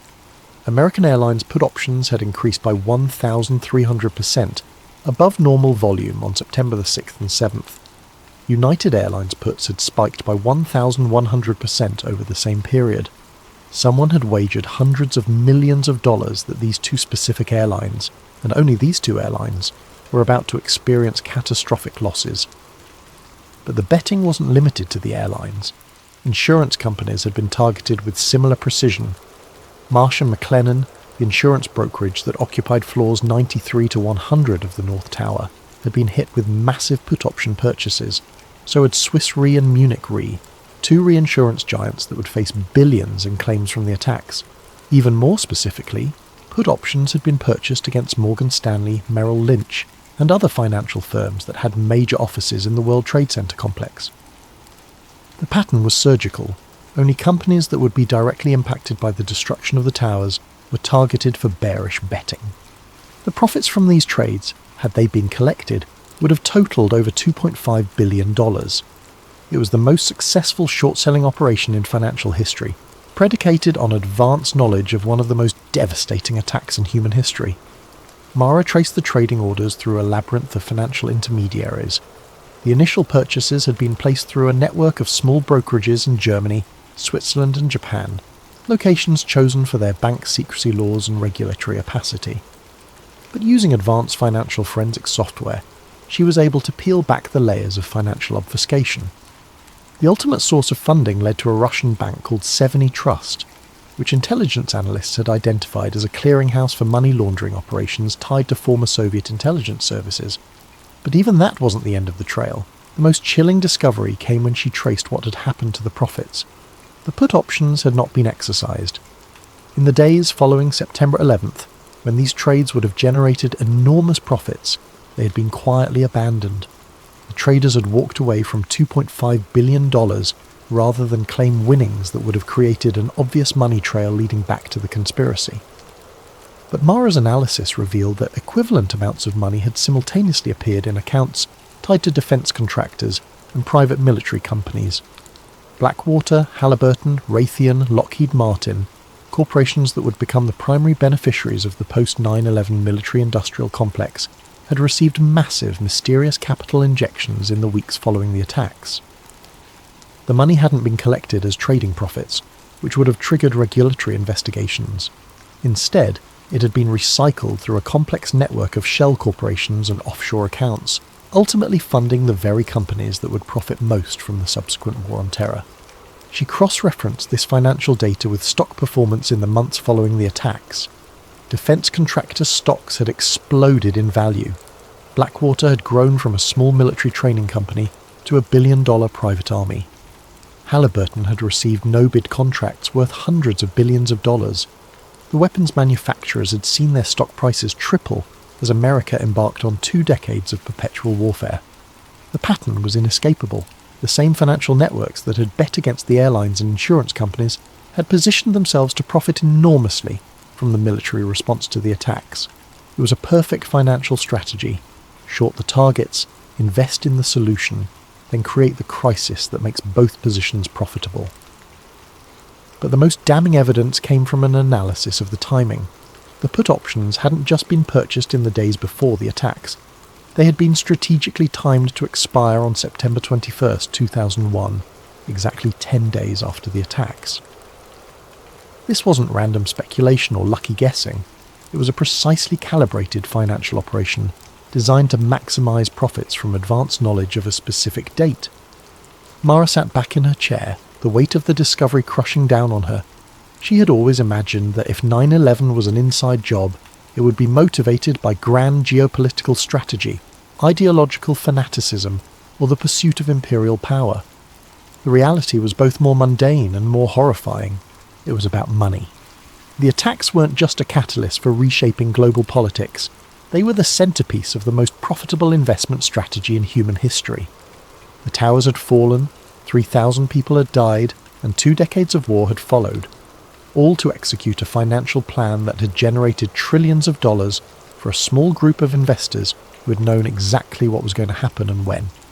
She began mapping the ownership structures of the shell companies that had received the laundered profits. The network was vast and sophisticated, but patterns emerged. Many of the ultimate beneficiaries were names she recognized from business headlines.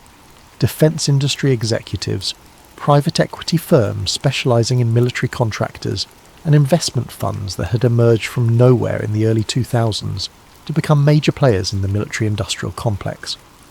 But one name kept appearing in her analysis, buried deep in the ownership structures and corporate boards: Meridian Group, a private investment firm that seemed to exist at the nexus of defense contracting, intelligence services, and international finance. Every financial thread she followed eventually led back to companies with Meridian connections. Meridian Group had been founded in 1999 by former intelligence officials and Wall Street executives. Its public portfolio focused on emerging security technologies and crisis management solutions. But Mara's research revealed that it also held controlling interests in companies across the entire 9/11 profit chain. The defence contractors who built the weapons, the private military companies who fought the wars, the surveillance technology firms who monitored the homeland, and the financial institutions that funded the entire operation. It was a vertically integrated conspiracy, a corporate structure designed to profit from every aspect of the post-9/11 world. And if her analysis was correct, the same people who had financed the attacks had then positioned themselves to profit from the response, creating a closed loop of violence and profit that had sustained itself for over 2 decades. The scope of the financial conspiracy was staggering, but it also provided something that the other evidence had lacked: concrete proof of premeditation. Markets might be manipulated, radar might be spoofed, and media might be controlled, but money trails were nearly impossible to completely obscure. The put options were smoking gun evidence that someone had known exactly what was going to happen on September 11th and had invested billions of dollars to profit from that knowledge. As she compiled her financial research into a comprehensive report, Mara realized she was no longer just investigating a terrorist attack. She was mapping the architecture of a shadow economy built on manufactured crisis, where the same people who created the problems also owned the companies that sold the solutions. The question was no longer whether 9/11 had been an inside job. The financial evidence made that undeniable. The question was how many other crises, how many other wars, how many other national emergencies had been manufactured by the same network of investors who had learned that terror was the most profitable business on Earth. What if everything you thought you knew about the pyramids was wrong? Imagine standing inside the Great Pyramid of Giza at midnight, alone, surrounded by 2.3 million stone blocks that have kept their secrets for over 4 millennia. The air is thick with mystery, and you can feel something humming beneath your feet, a vibration so subtle it might just be your imagination. Or might it be something far more extraordinary? Tonight join Dr. Marcus Chen, a field researcher whose life's work straddles the boundary between archaeology and physics, as he uncovers evidence that will shake the very foundations of what we believe about ancient Egypt. This isn't just another story about pharaohs and burial chambers. This is about technology so advanced, so perfectly engineered, that modern science is only beginning to understand its true purpose. Are you ready to discover that the Great Pyramid wasn't built to house the dead, but to power the living? The desert wind carried more than sand that October evening. It carried the weight of 4,000 years of secrets, swirling around the massive limestone blocks that rose from the Giza Plateau like ancient guardians against the darkening sky. Dr. Marcus Chen pulled his field jacket tighter as he approached the entrance to the Great Pyramid, his archaeological permit clutched in one hand and a case of sensitive instruments in the other. For 15 years, Marcus had studied these monuments from afar, poring over blueprints in university libraries, analysing satellite imagery, and debating theories with colleagues over late-night coffee. He'd written papers on the pyramid's mathematical precision, its astronomical alignments, and its construction techniques. But nothing, absolutely nothing, had prepared him for this moment. The entrance shaft yawned before him like the mouth of some primordial beast. His Egyptian guide, Hassan, gestured him forward with a weathered hand that had led countless tourists through these passages. But tonight was different. Tonight Marcus had special permission to remain inside after closing, to conduct his research in the profound silence that only comes when the tourist crowds fade away. "Dr. Chen," Hassan said, his English tinged with the accent of the Nile Delta. "You're sure you want to stay alone? The pyramid. She speaks differently at night." Marcus nodded, though he wasn't entirely sure what Hassan meant. "I need to take measurements without interference. The electromagnetic readings are too important to risk contamination from cameras and cell phones." As they ducked through the entrance and began their descent into the ancient passageway, Marcus felt something he hadn't expected, a subtle vibration through the soles of his boots. It was barely perceptible, like standing near a power plant or a subway station, but unmistakably present. The limestone blocks seemed to pulse with their own rhythm, as if the entire structure were somehow alive. "Hassan," he said, pausing to place his palm against the cool stone wall, "do you feel that?" The guide's eyes met his in the dim LED lighting they'd strung along the passage. "You feel it too?" Most visitors, they notice nothing, but some, the ones who know how to listen, They feel the heart of the pyramid beating. Marcus's scientific mind immediately began cataloguing possible explanations: seismic activity from Cairo traffic, thermal expansion and contraction of the limestone, perhaps underground water movement. But as they climbed deeper into the structure, following the grand gallery toward the king's chamber, the sensation only grew stronger. The textbooks had described every measurement, every angle, every architectural feature, but they had failed to capture this, the sense that he was walking through the corridors of a machine rather than a tomb. The walls weren't just precisely cut, they were purposeful, functional, as if each block had been positioned not just to support weight, but to channel something else entirely.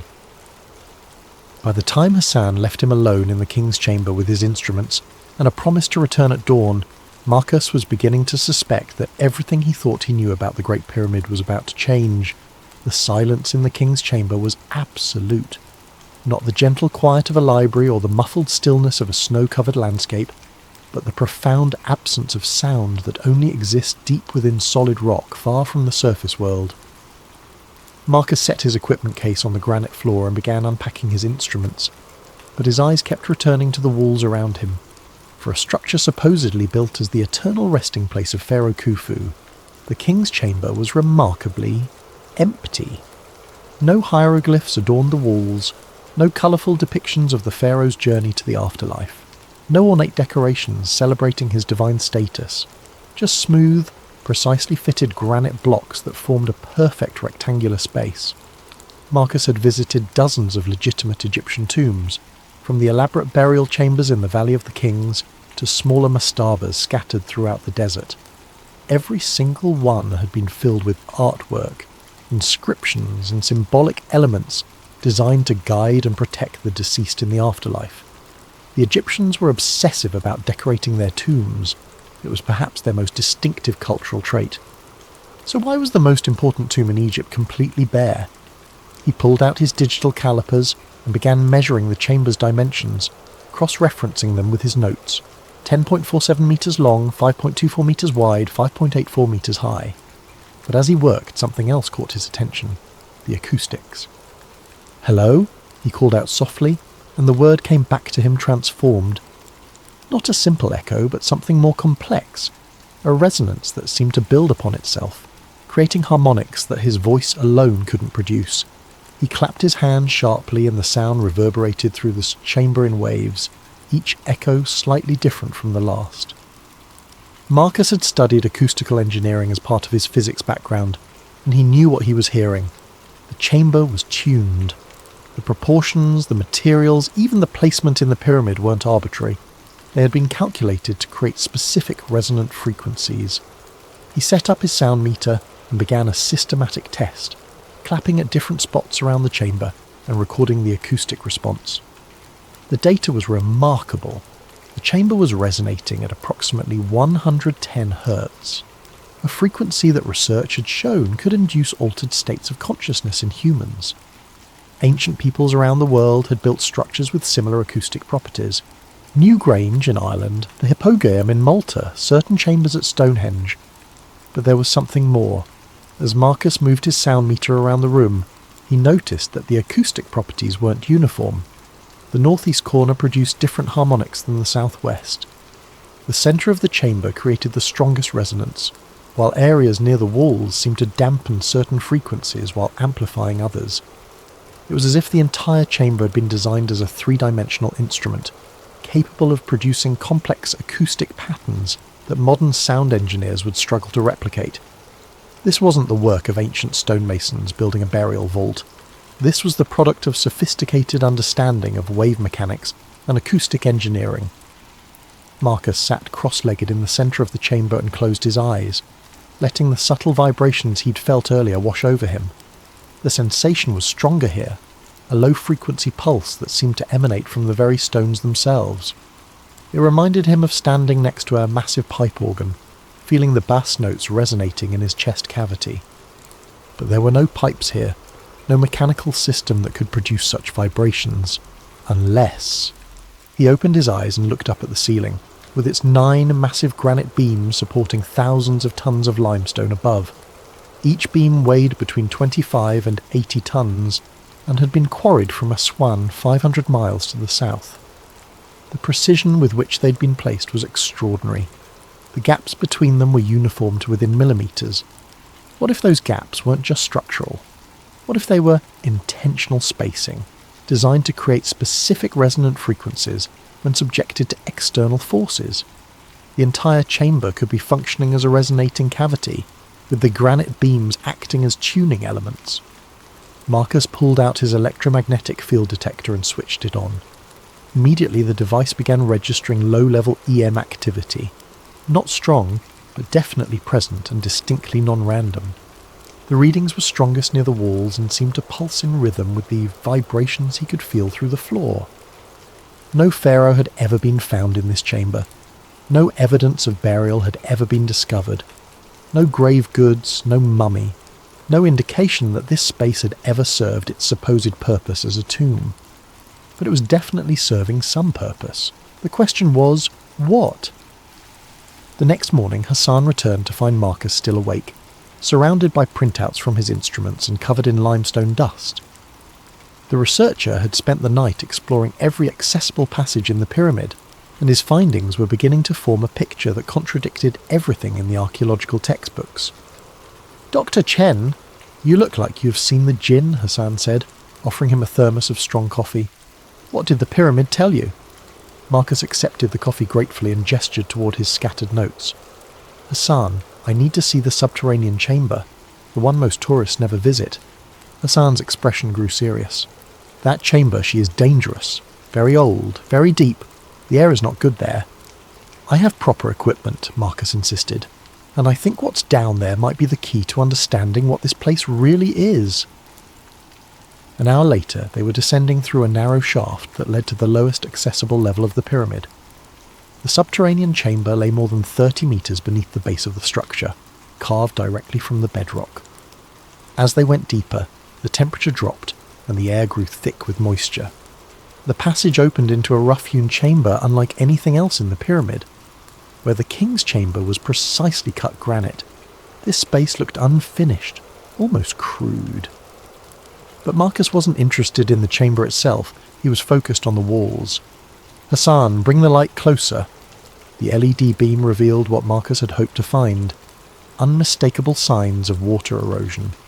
The limestone walls bore the smooth, flowing patterns that only come from sustained contact with moving water. Not the random pitting of desert sandstorms or the crystalline deposits of occasional flooding, but the systematic erosion of deliberate water flow. Marcus ran his fingers along the channels carved into the rock. This wasn't occasional flooding. Water flowed through here regularly, probably for centuries. Hassan nodded. "My grandfather, he told stories. Before the dam, before the modern irrigation, the Nile would flood every year. Sometimes the water would find ways underground, through cracks and caves. Maybe it came here." But Marcus was thinking about more than just flood patterns. He pulled out a geological map of the area and spread it on his portable table. The Giza Plateau sat on a limestone shelf that extended deep underground, honeycombed with natural caves and passages. The Nile, just a few kilometres away, had carved its path through this same limestone over millions of years. "Hassan, what if the annual flooding wasn't accidental? What if this chamber was designed to flood?" He pointed to the roughly carved passages that branched off from the main chamber, disappearing into darkness. These could be intake channels. When the Nile floods, water would flow through underground passages and fill this chamber, then rise up through the pyramid's internal structure. Marcus began sketching a diagram, his excitement growing. "Look at this. Water enters here, rises through the Grand Gallery, which is angled like a spillway, and reaches the king's chamber. But that chamber isn't at the top of the pyramid. There are shafts leading up from it." Hassan studied the drawing. "You think the pyramid was some kind of water machine? Not just water. Think about what happens when you force pressurized water through granite." Hassan looked puzzled, so Marcus elaborated. "Granite contains quartz crystals. When you subject quartz to mechanical pressure, like water flowing under pressure, it generates electricity. It's called the piezoelectric effect. We use it in modern electronics." The implications were staggering. If Marcus was right, the Great Pyramid wasn't a tomb at all. It was a hydroelectric generator, using the annual Nile floods to create pressurized water flow through chambers lined with granite. The precise positioning of the granite blocks, the careful engineering of the internal passages, the acoustic tuning of the chambers, all of it could be explained as components of a massive power generation system. Marcus spent the next several hours taking measurements of the subterranean chamber, documenting the erosion patterns and mapping the passages. Every piece of evidence supported his growing hypothesis. The pyramid builders hadn't just been skilled stonemasons, they had been hydraulic engineers, working with an understanding of electricity that wouldn't be rediscovered until the 18th century. But that raised an even more disturbing question. If the ancient Egyptians possessed this level of technological sophistication, what else had they known that modern archaeology had missed? And why had this knowledge been lost? As they climbed back toward the surface, Marcus couldn't shake the feeling that he was walking through the ruins of a civilization far more advanced than anyone had imagined. The desert wind that greeted them at the pyramid's entrance seemed to carry whispers of forgotten science, lost wisdom, and secrets that someone had gone to great lengths to hide. The next day found Marcus standing on the Giza plateau at dawn, his GPS equipment spread out on a folding table, as the first rays of sunlight painted the ancient stones in shades of gold and amber. Hassan had brought along his cousin Karim, a modern engineer who worked for the Egyptian Ministry of Tourism and had access to more sophisticated surveying equipment than Marcus could carry. "Dr. Chen, you said you wanted to verify the pyramid's alignment," Karim asked, adjusting the precision GPS receiver. "I must tell you, this has been measured many times. The accuracy is well documented." Marcus nodded, checking his own instruments. "I'm not questioning the accuracy. I'm trying to understand why that accuracy was necessary." The numbers were indeed remarkable. As the GPS data streamed in and the surveying laser painted its invisible lines across the desert, the measurements confirmed what archaeologists had known for decades. The Great Pyramid was aligned to true north, with an accuracy of just 3 arc minutes, less than 1/20th of a degree. In modern terms, that was more precise than the magnetic compasses available to 19th century explorers. But Marcus was looking at more than just cardinal directions. He had brought along a magnetometer, an instrument that could detect variations in the Earth's magnetic field. As he moved the device around the pyramid's base, the readings told a fascinating story. "Karim, look at this." Marcus showed him the magnetometer display. "The pyramid isn't just aligned to true north, it's positioned at a point where the Earth's magnetic field shows unusual characteristics. The Giza plateau sat at a convergence point of several magnetic anomalies. Underground iron ore deposits created localized field variations, while the limestone bedrock contained enough ferrous minerals to influence compass readings. But more significantly, the pyramid's position corresponded to a point where the Earth's natural electromagnetic currents were particularly strong. Marcus had studied similar phenomena at other ancient sites. Stonehenge sat on a complex intersection of underground streams and geological fault lines that created measurable electromagnetic effects. Newgrange in Ireland was positioned where 2 underground rivers converged, creating conditions that produced natural electrical fields. Machu Picchu was built on a granite peak that generated piezoelectric charges during seismic activity. The pattern was consistent. Ancient builders had chosen locations where the Earth's natural electromagnetic properties were enhanced. They hadn't just been looking for stable ground or religious significance, they had been searching for specific energetic conditions.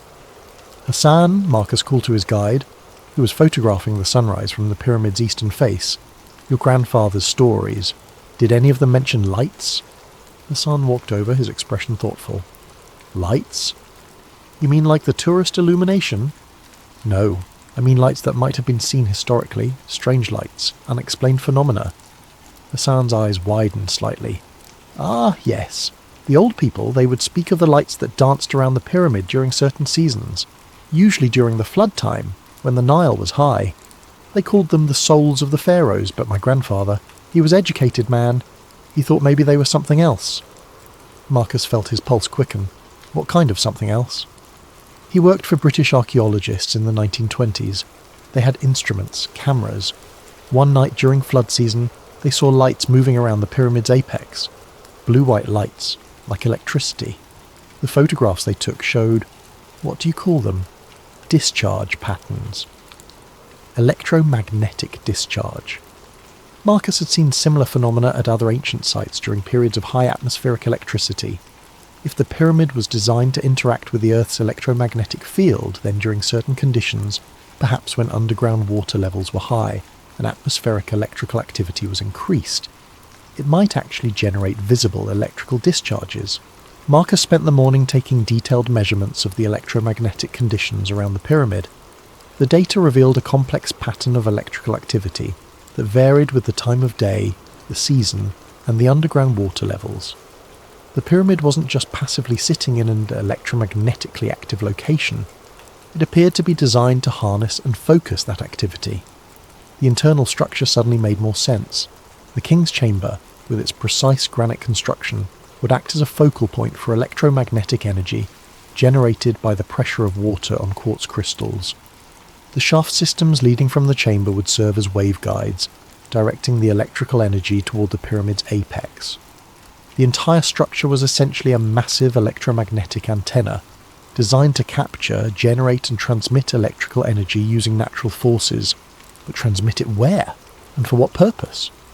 As Marcus packed his equipment, he realized he was no longer looking at an ancient tomb or even an advanced power plant. He was looking at a piece of technology so sophisticated that modern science was only beginning to understand its principles. The builders of the Great Pyramid hadn't just mastered hydraulic engineering and electromagnetic theory. They had created a machine that interfaced directly with the planet's own energy systems. The question that haunted him as they walked back to the nearby village was this: if such advanced technology had existed over 4,000 years ago, what had happened to the civilization that created it? Dr. Amara Soliman met Marcus at a coffee shop in central Cairo, away from the tourist crowds and government oversight that surrounded the Giza Plateau. As one of Egypt's leading thermal imaging specialists, she'd been involved in some of the most significant recent discoveries at the pyramids, including the 2015 detection of mysterious voids within the Great Pyramid structure. "Dr. Chen," she said, sliding a tablet across the small table between them, "what you're asking to see, these images are not for public distribution. The Ministry of Tourism and Antiquities has been very careful about how this information is released." Marcus studied the thermal imaging data on the screen. The pyramid appeared as a three-dimensional wireframe, with different colours indicating temperature variations within the stone. But there, clearly visible in the computer-enhanced images, were several dark voids, empty spaces within the solid limestone structure where no chambers were supposed to exist. "How many voids have you detected?" Marcus asked. "At least 4 significant ones," Dr. Soliman replied, her voice dropping to almost a whisper. 2 above the king's chamber, 1 behind the queen's chamber, and 1 near the base that appears to connect to the subterranean areas. But there's something else. She switched to a different set of images, these taken with ground-penetrating radar and electromagnetic sensors. These voids aren't natural. They show clear geometric patterns, right angles, precisely measured dimensions. Someone built these spaces intentionally, then sealed them so completely that they've remained hidden for over 4,000 years. Marcus felt a chill that had nothing to do with the air conditioning. "Have there been any attempts to access them?" Dr. Solomon's expression grew troubled. "That's where things become political." In 2017, an international team proposed using micro-robotics to explore one of the smaller voids. They had the technology, the funding and preliminary approval from the Archaeological Committee. Then suddenly the project was cancelled. No explanation, no appeal process, just stopped. She leaned closer, her voice barely audible above the coffee shop's ambient noise. "Dr. Chen, I've worked on heritage preservation projects throughout Egypt for 15 years. I've seen government bureaucracy, funding problems, international disputes over archaeological sites. This was different. This was suppression." Marcus thought about his own experience getting research permission. The process had taken 8 months and required letters of recommendation from 3 different universities, a detailed research proposal, and a substantial fee. But even with all that paperwork, his access was limited to already known chambers during specific time windows. "What do you think is in the sealed chambers?" he asked. Dr. Solomon switched to another set of images, these showing electromagnetic anomalies within the hidden voids. These readings suggest metallic objects, not just small artifacts, large structures with geometric patterns. If I had to guess based on the electromagnetic signatures, I'd say we're looking at copper or bronze constructions, possibly in the form of coils or geometric frameworks. Marcus's mind raced. Copper coils would be consistent with his power plant hypothesis. They could serve as electromagnetic conductors or even primitive electrical components. Bronze geometric frameworks might function as focusing elements for electromagnetic energy. "There's something else, Doctor," Solomon continued, bringing up a final image. This thermal scan was taken during different seasons over a 3-year period. Look at how the temperature signatures in the voids change. The hidden chambers appeared to respond to external conditions, cooling during dry seasons and warming during periods of high humidity. More intriguingly, the temperature variations showed patterns that corresponded to the Nile's traditional flood cycle, even though the river had been controlled by dams for decades. "It's as if these chambers are still responding to environmental changes," Dr. Solomon said, "as if whatever system they're part of is still partially functional." Marcus studied the data for several minutes, his theory crystallizing into something approaching certainty. The Great Pyramid wasn't just an ancient power plant, it was a machine with components that were still sealed inside, still responding to the same environmental triggers that had activated it thousands of years ago. Dr. Solomon, hypothetically, if someone wanted to access these chambers using modern technology, how would they do it? She looked around the coffee shop nervously. Hypothetically? Millimeter wave radar could map the internal structure precisely. Microbore drilling could create access holes small enough to insert fibre optic cameras. With the right equipment, you could explore these spaces without causing significant structural damage to the pyramid. Marcus nodded, already calculating what such an expedition would cost and how it might be organised. But Dr. Solomon wasn't finished. "Dr. Chen, there's something you should know. I'm not the first person to detect these chambers, and I won't be the last. But every researcher who has tried to investigate them seriously has found their access restricted, their funding cut, or their careers redirected. The Egyptian government isn't trying to preserve the pyramid from damage. They're trying to preserve its secrets from discovery." As Marcus walked back through Cairo's bustling streets, he realised he was no longer conducting academic research. He was investigating a cover-up that had been maintained for decades, possibly longer. The question was no longer what the pyramid had been designed to do. It was why someone was so determined to prevent modern science from finding out. That night, Marcus returned to the pyramid alone.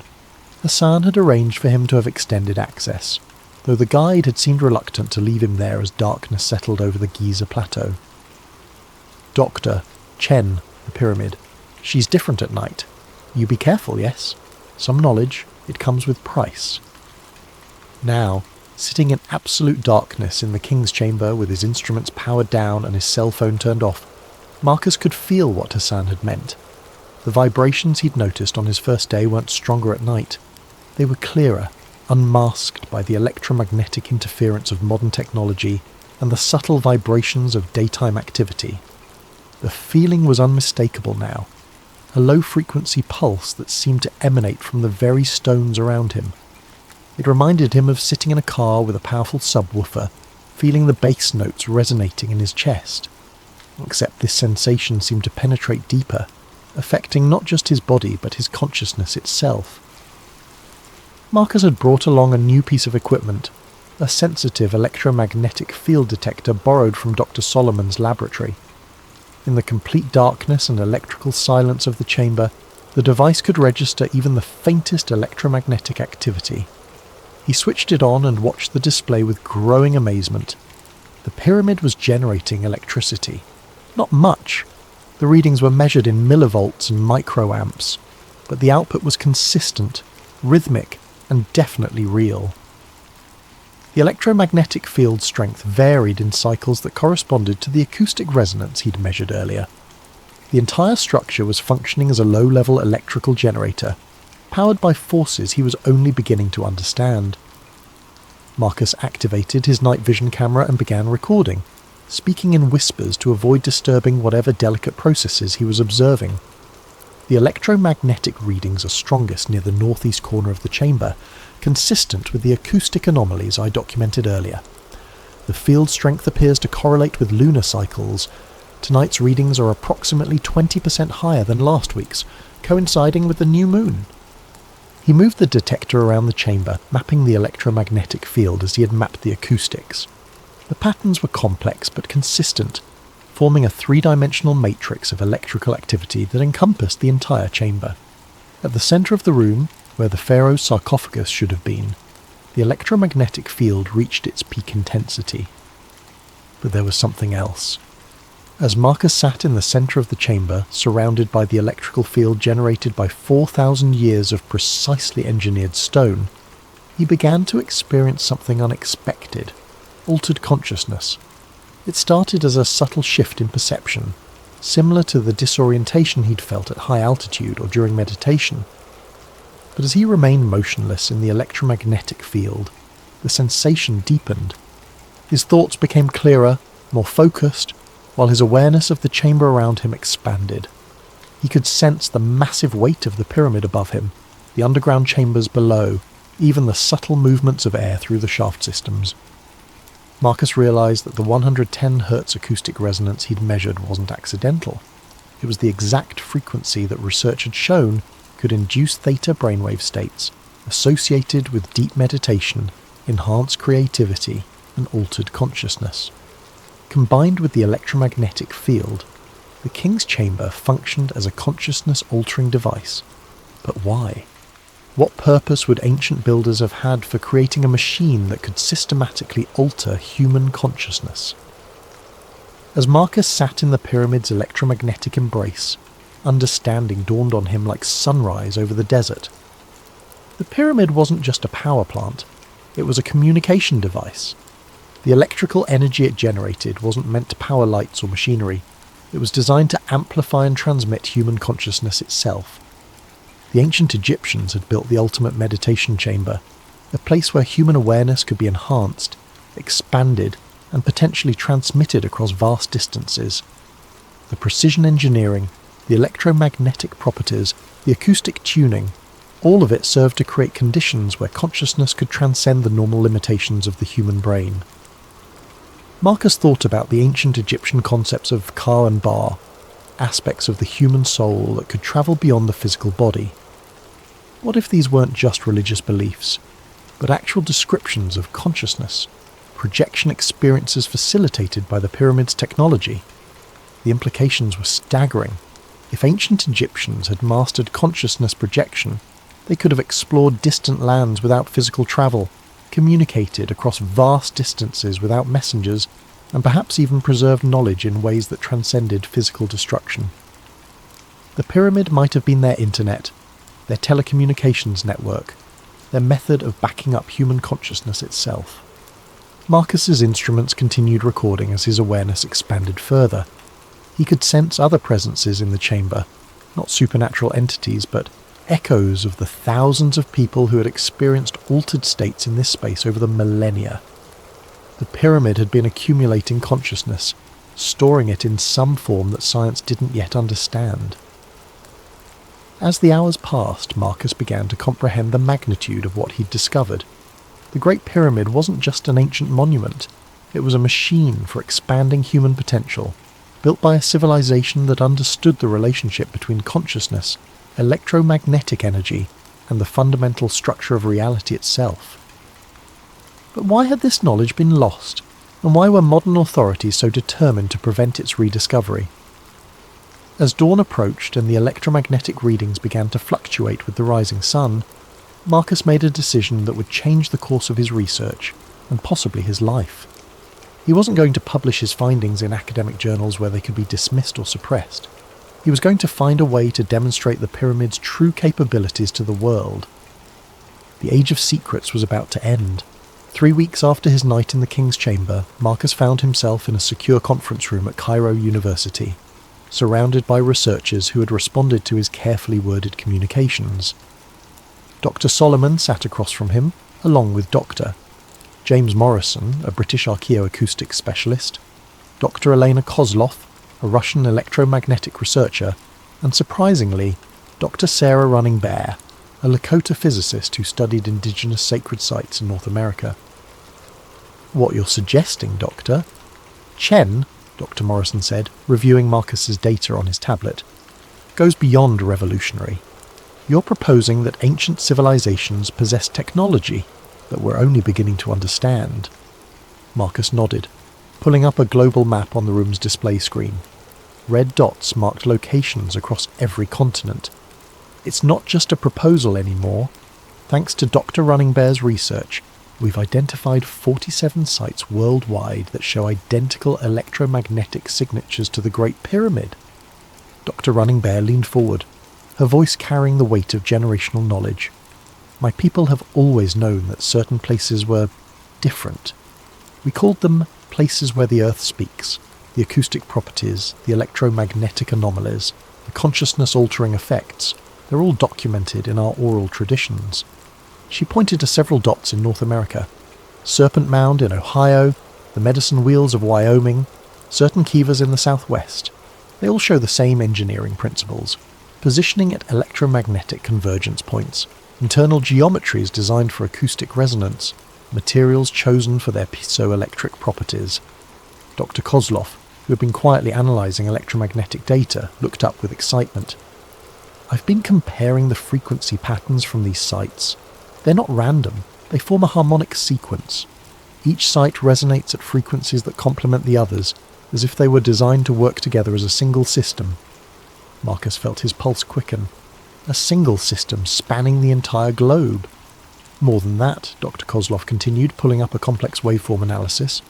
"If all these sites were activated simultaneously, the combined electromagnetic output would create a standing wave pattern around the Earth. The planet itself would become a resonating chamber." The implications hung heavy in the room. Marcus thought back to his experience in the King's Chamber, the sense of connecting not just to the pyramid, but to something vast and worldwide. Had he been tapping into a dormant global network that once linked human consciousness across continents? Dr. Morrison cleared his throat. "There's something else we need to consider. I've been analysing historical records of these sites, looking for patterns of suppression. It's remarkable how consistently ancient knowledge about these places has been discouraged." He brought up a timeline on his laptop. The Library of Alexandria burned multiple times, always targeting texts about natural philosophy and sacred geometry. The Spanish conquistadors systematically destroyed Mayan and Aztec codices that contained astronomical and architectural knowledge.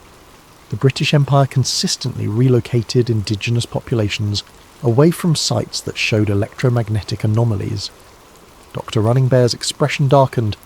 "My ancestors were forced from sacred sites across North America. The official reason was always agricultural development or mineral rights, but they consistently targeted places where consciousness-altering experiences were known to occur." Marcus felt a chill of recognition. The same pattern of suppression he'd encountered with the pyramid's hidden chambers was part of a much larger historical trend. Someone, or some group, had been systematically working for centuries to prevent humanity from rediscovering its technological and spiritual heritage. "The question is," Dr. Solomon said quietly, "what would happen if we reactivated this network?" Dr. Solomon's question haunted Marcus for days. The theoretical implications of reactivating an ancient global consciousness network were staggering, but the practical challenges seemed insurmountable. Most of the sites were under government control, protected by restricted access, or surrounded by modern development that would interfere with their electromagnetic properties. But Marcus couldn't let go of what he'd experienced in the King's Chamber. The sense of expanded awareness, of connection to something vast and ancient, had fundamentally changed his understanding of human potential. If that experience could be replicated and shared, it might represent the next stage of human evolution. The answer came from an unexpected source. Hassan appeared at Marcus's hotel room door early one morning, carrying a worn leather satchel and wearing an expression of nervous determination. "Doctor, Chen, my family, we have been guardians longer than we have been guides. My great-grandfather, before the British came, before the tourists, he was keeper of the old knowledge. Hassan opened the satchel to reveal documents that made Marcus's breath catch. Hand-drawn maps showing underground passages throughout the Giza Plateau. Detailed diagrams of the pyramid's internal structure, including chambers that weren't on any official archaeological survey. And most remarkably, technical drawings that showed how the pyramid's systems could be manually activated. The old knowledge, it was never lost completely, Hassan continued. Hidden, yes. Dangerous to speak of, yes. But preserved by families like mine, waiting for someone who could understand its importance. The drawings revealed that the pyramid's consciousness-amplifying effects weren't automatic. They required specific activation procedures. Water had to be introduced into the subterranean chambers at precise volumes and timing. Certain crystals needed to be placed in the sealed chambers to focus the electromagnetic fields. And most crucially, multiple people had to participate simultaneously, their consciousness working together to achieve resonance with the global network. Hassan, this is incredible, but how could we possibly implement it? We'd need access to the sealed chambers, permission for extended stays in the pyramid, and coordination with researchers at sites around the world. Hassan smiled, the expression of a man who had been preparing for this moment his entire life. Dr. Chen, who do you think has been maintaining the pyramid systems all these years? The tourist guides, the security staff, the maintenance workers, many of us are descendants of the original guardians. We have been waiting for someone like you, someone who could understand what we have been protecting. Over the next few hours, Hassan revealed the existence of a network of guardians at ancient sites worldwide. Families who had maintained the old knowledge for generations, keeping the sites minimally functional while waiting for the time when they could be fully reactivated. The suppression Marcus had encountered wasn't just from modern governments. It was part of an ancient conflict between those who sought to preserve transformative knowledge and those who feared its implications for existing power structures. But now, Hassan said, his eyes bright with possibility, the time of hiding is ending. The world is ready for the old wisdom to return. Marcus spent the next week in secret meetings with Hassan's network. They showed him hidden passages that connected the pyramids at Giza to underground chambers extending for kilometers beneath the desert. They revealed caches of ancient crystals and metallic components that could be used to restore the pyramid's full functionality. Most remarkably, they demonstrated that they had been maintaining contact with Guardian networks at other sites around the world, using methods that seemed to blend ancient wisdom with modern technology. The plan they developed was audacious beyond anything Marcus had imagined. On the night of the next new moon, when electromagnetic conditions would be optimal, Guardian networks at 12 major sites would simultaneously activate their monuments' consciousness-amplifying systems.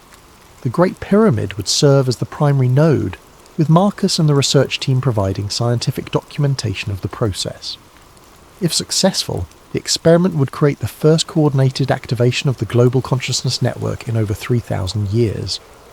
The effects, according to the Guardian's preserved knowledge, would be felt worldwide. A sudden expansion of human awareness that could fundamentally alter the course of civilization. But there were risks. The ancient texts spoke of individuals who had been unprepared for the experience, whose consciousness had been overwhelmed by the sudden expansion of awareness. There were warnings about the network attracting the attention of forces that had opposed its use in the past, and there was the very real possibility that modern governments would respond to the activation with force, viewing it as a threat to established order. As Marcus stood in the king's chamber 1 week before the planned activation, surrounded by crystals and metallic components that Hassan's people had been safeguarding for millennia, he realized that he was about to participate in either the most important experiment in human history or the most dangerous. The pyramid hummed around him with renewed energy, its systems responding to the presence of the missing components. Through his consciousness, he could sense the other sites coming online around the world, their guardians preparing for an event that would either herald humanity's next evolutionary leap or mark the end of the age of secrets forever. The night of the new moon arrived with unprecedented atmospheric conditions. Aurora activity extended far beyond the polar regions, creating shimmering curtains of light visible even in Egypt's desert sky. Electromagnetic storms disrupted satellite communications worldwide, while seismic monitoring stations detected subtle but synchronized vibrations from ancient sites across the globe. Marcus stood in the King's Chamber surrounded by Hassan's Guardian network and the international research team. The chamber had been transformed. Crystalline structures now occupied the corners, their faceted surfaces catching and redirecting the subtle light from their instruments.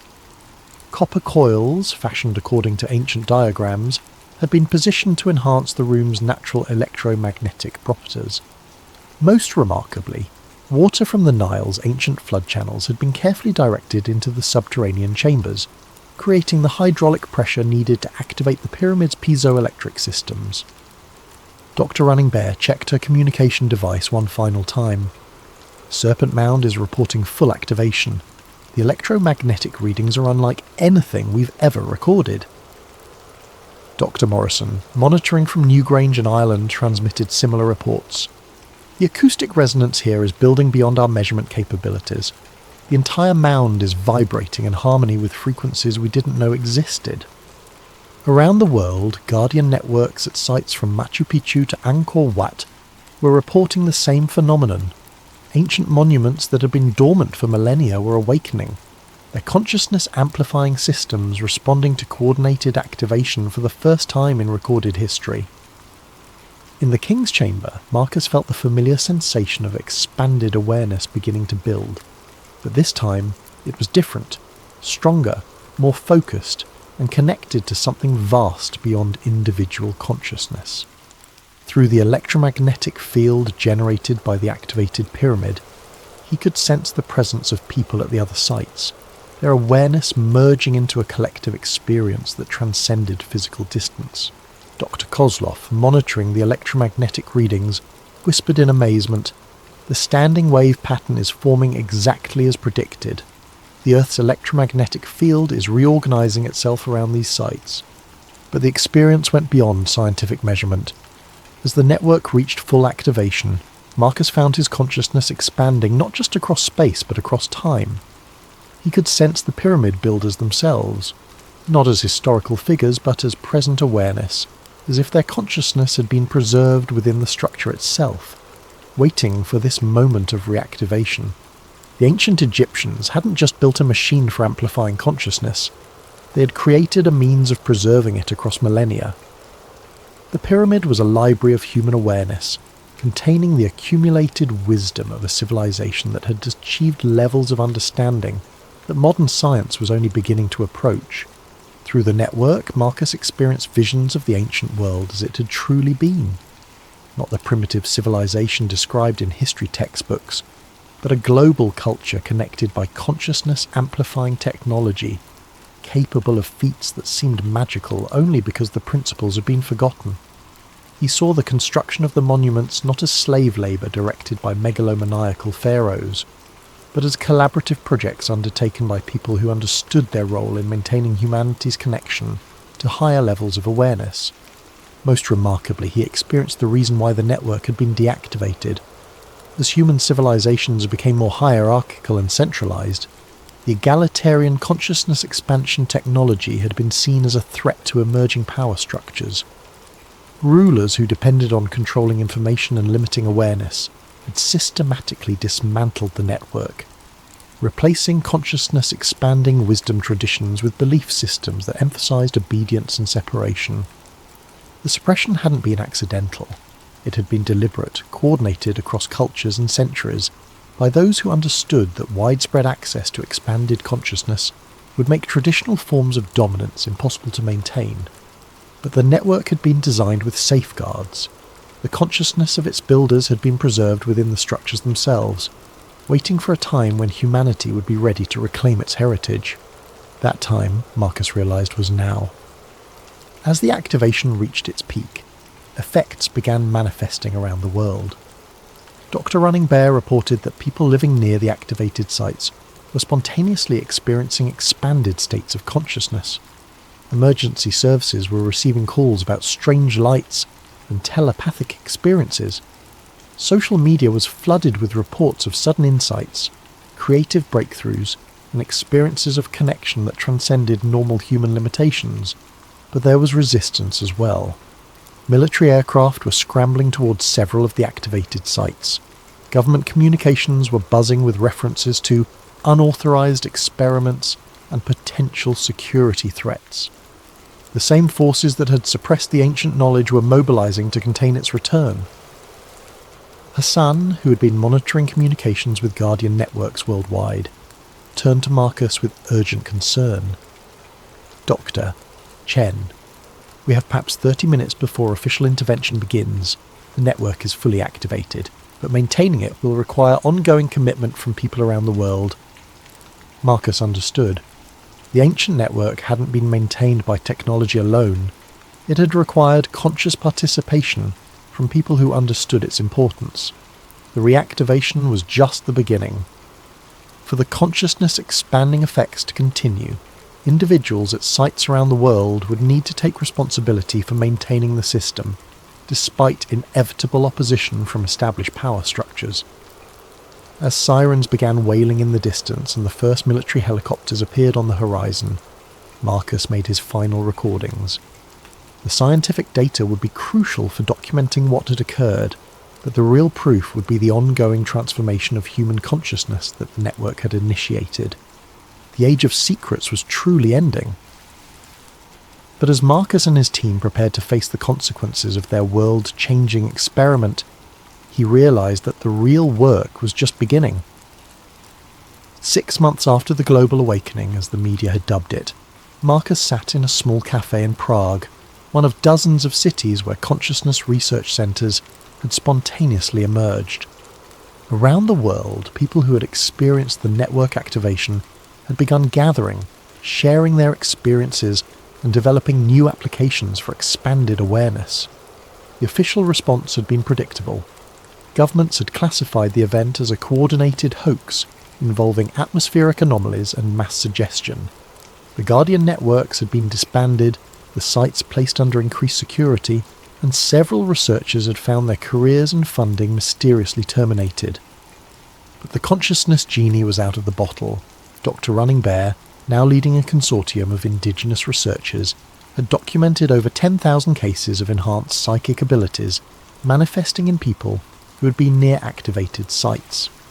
Dr. Kozlov was working with a network of physicists who had detected fundamental changes in quantum field behaviour around former network locations.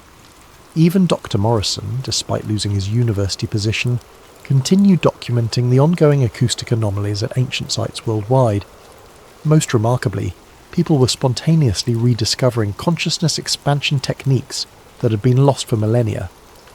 Meditation practices, acoustic healing methods, and electromagnetic sensitivity training were emerging independently in communities around the globe, as if the network activation had reawakened dormant human capabilities. Hassan had become something of a folk hero in Egypt, his family's guardianship role finally acknowledged by people who had experienced the pyramid's true power. Though official access remained restricted, underground tours of the pyramid's hidden systems had become a pilgrimage for those seeking direct experience of expanded consciousness.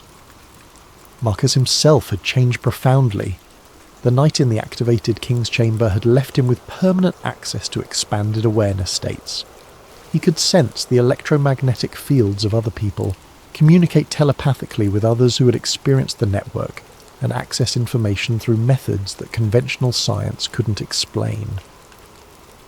But perhaps the most significant change was happening at a societal level. The consciousness expansion experienced by millions of people worldwide had created a generation less susceptible to manipulation, more capable of independent thinking, and naturally inclined toward cooperation rather than competition. Political movements based on fear and division were finding it increasingly difficult to gain traction. Economic systems that depended on artificial scarcity and manufactured desire were being replaced by resource-sharing networks organised through enhanced human communication abilities. The ancient pyramid builders' greatest achievement wasn't the monuments themselves, it was the civilization they had made possible. A society where expanded consciousness was the norm rather than the exception, where human potential was fully realised, and where technology served to enhance rather than replace natural human capabilities. As Marcus finished his coffee and prepared for another day of documenting the ongoing transformation, he reflected on the pyramid's true message. The structure itself had been important, but it was ultimately just a tool. The real power had always been within human consciousness itself, the capacity for awareness to expand, connect, and transcend the limitations that seemed so absolute. The pyramids had been built not to house the dead, but to awaken the living, and after 4,000 years of slumber, humanity was finally ready to reclaim its birthright. Standing in the Prague sunlight, Marcus could sense the presence of others around the world who had experienced the awakening. Through the invisible network that still connected activated sites, he felt their determination to ensure that the consciousness-expanding knowledge would never again be lost or suppressed. They told us the pyramids were tombs, but standing here, I know that's a lie. This wasn't built to bury the dead. It was built to keep the world alive, to preserve and transmit the highest potentials of human consciousness across the millennia, waiting for a time when humanity would be ready to reclaim its forgotten heritage. That time had finally come. The age of expanded consciousness had begun, and no force on earth could put the awakened human spirit back to sleep. The network hummed silently across the globe, connecting minds and hearts in ways that transcended physical distance. The ancient guardian's work was complete. The future of human consciousness stretched ahead like dawn breaking over the desert, infinite with possibility. Marcus smiled, feeling the pyramid's eternal presence in his consciousness, and stepped forward into humanity's transformed tomorrow.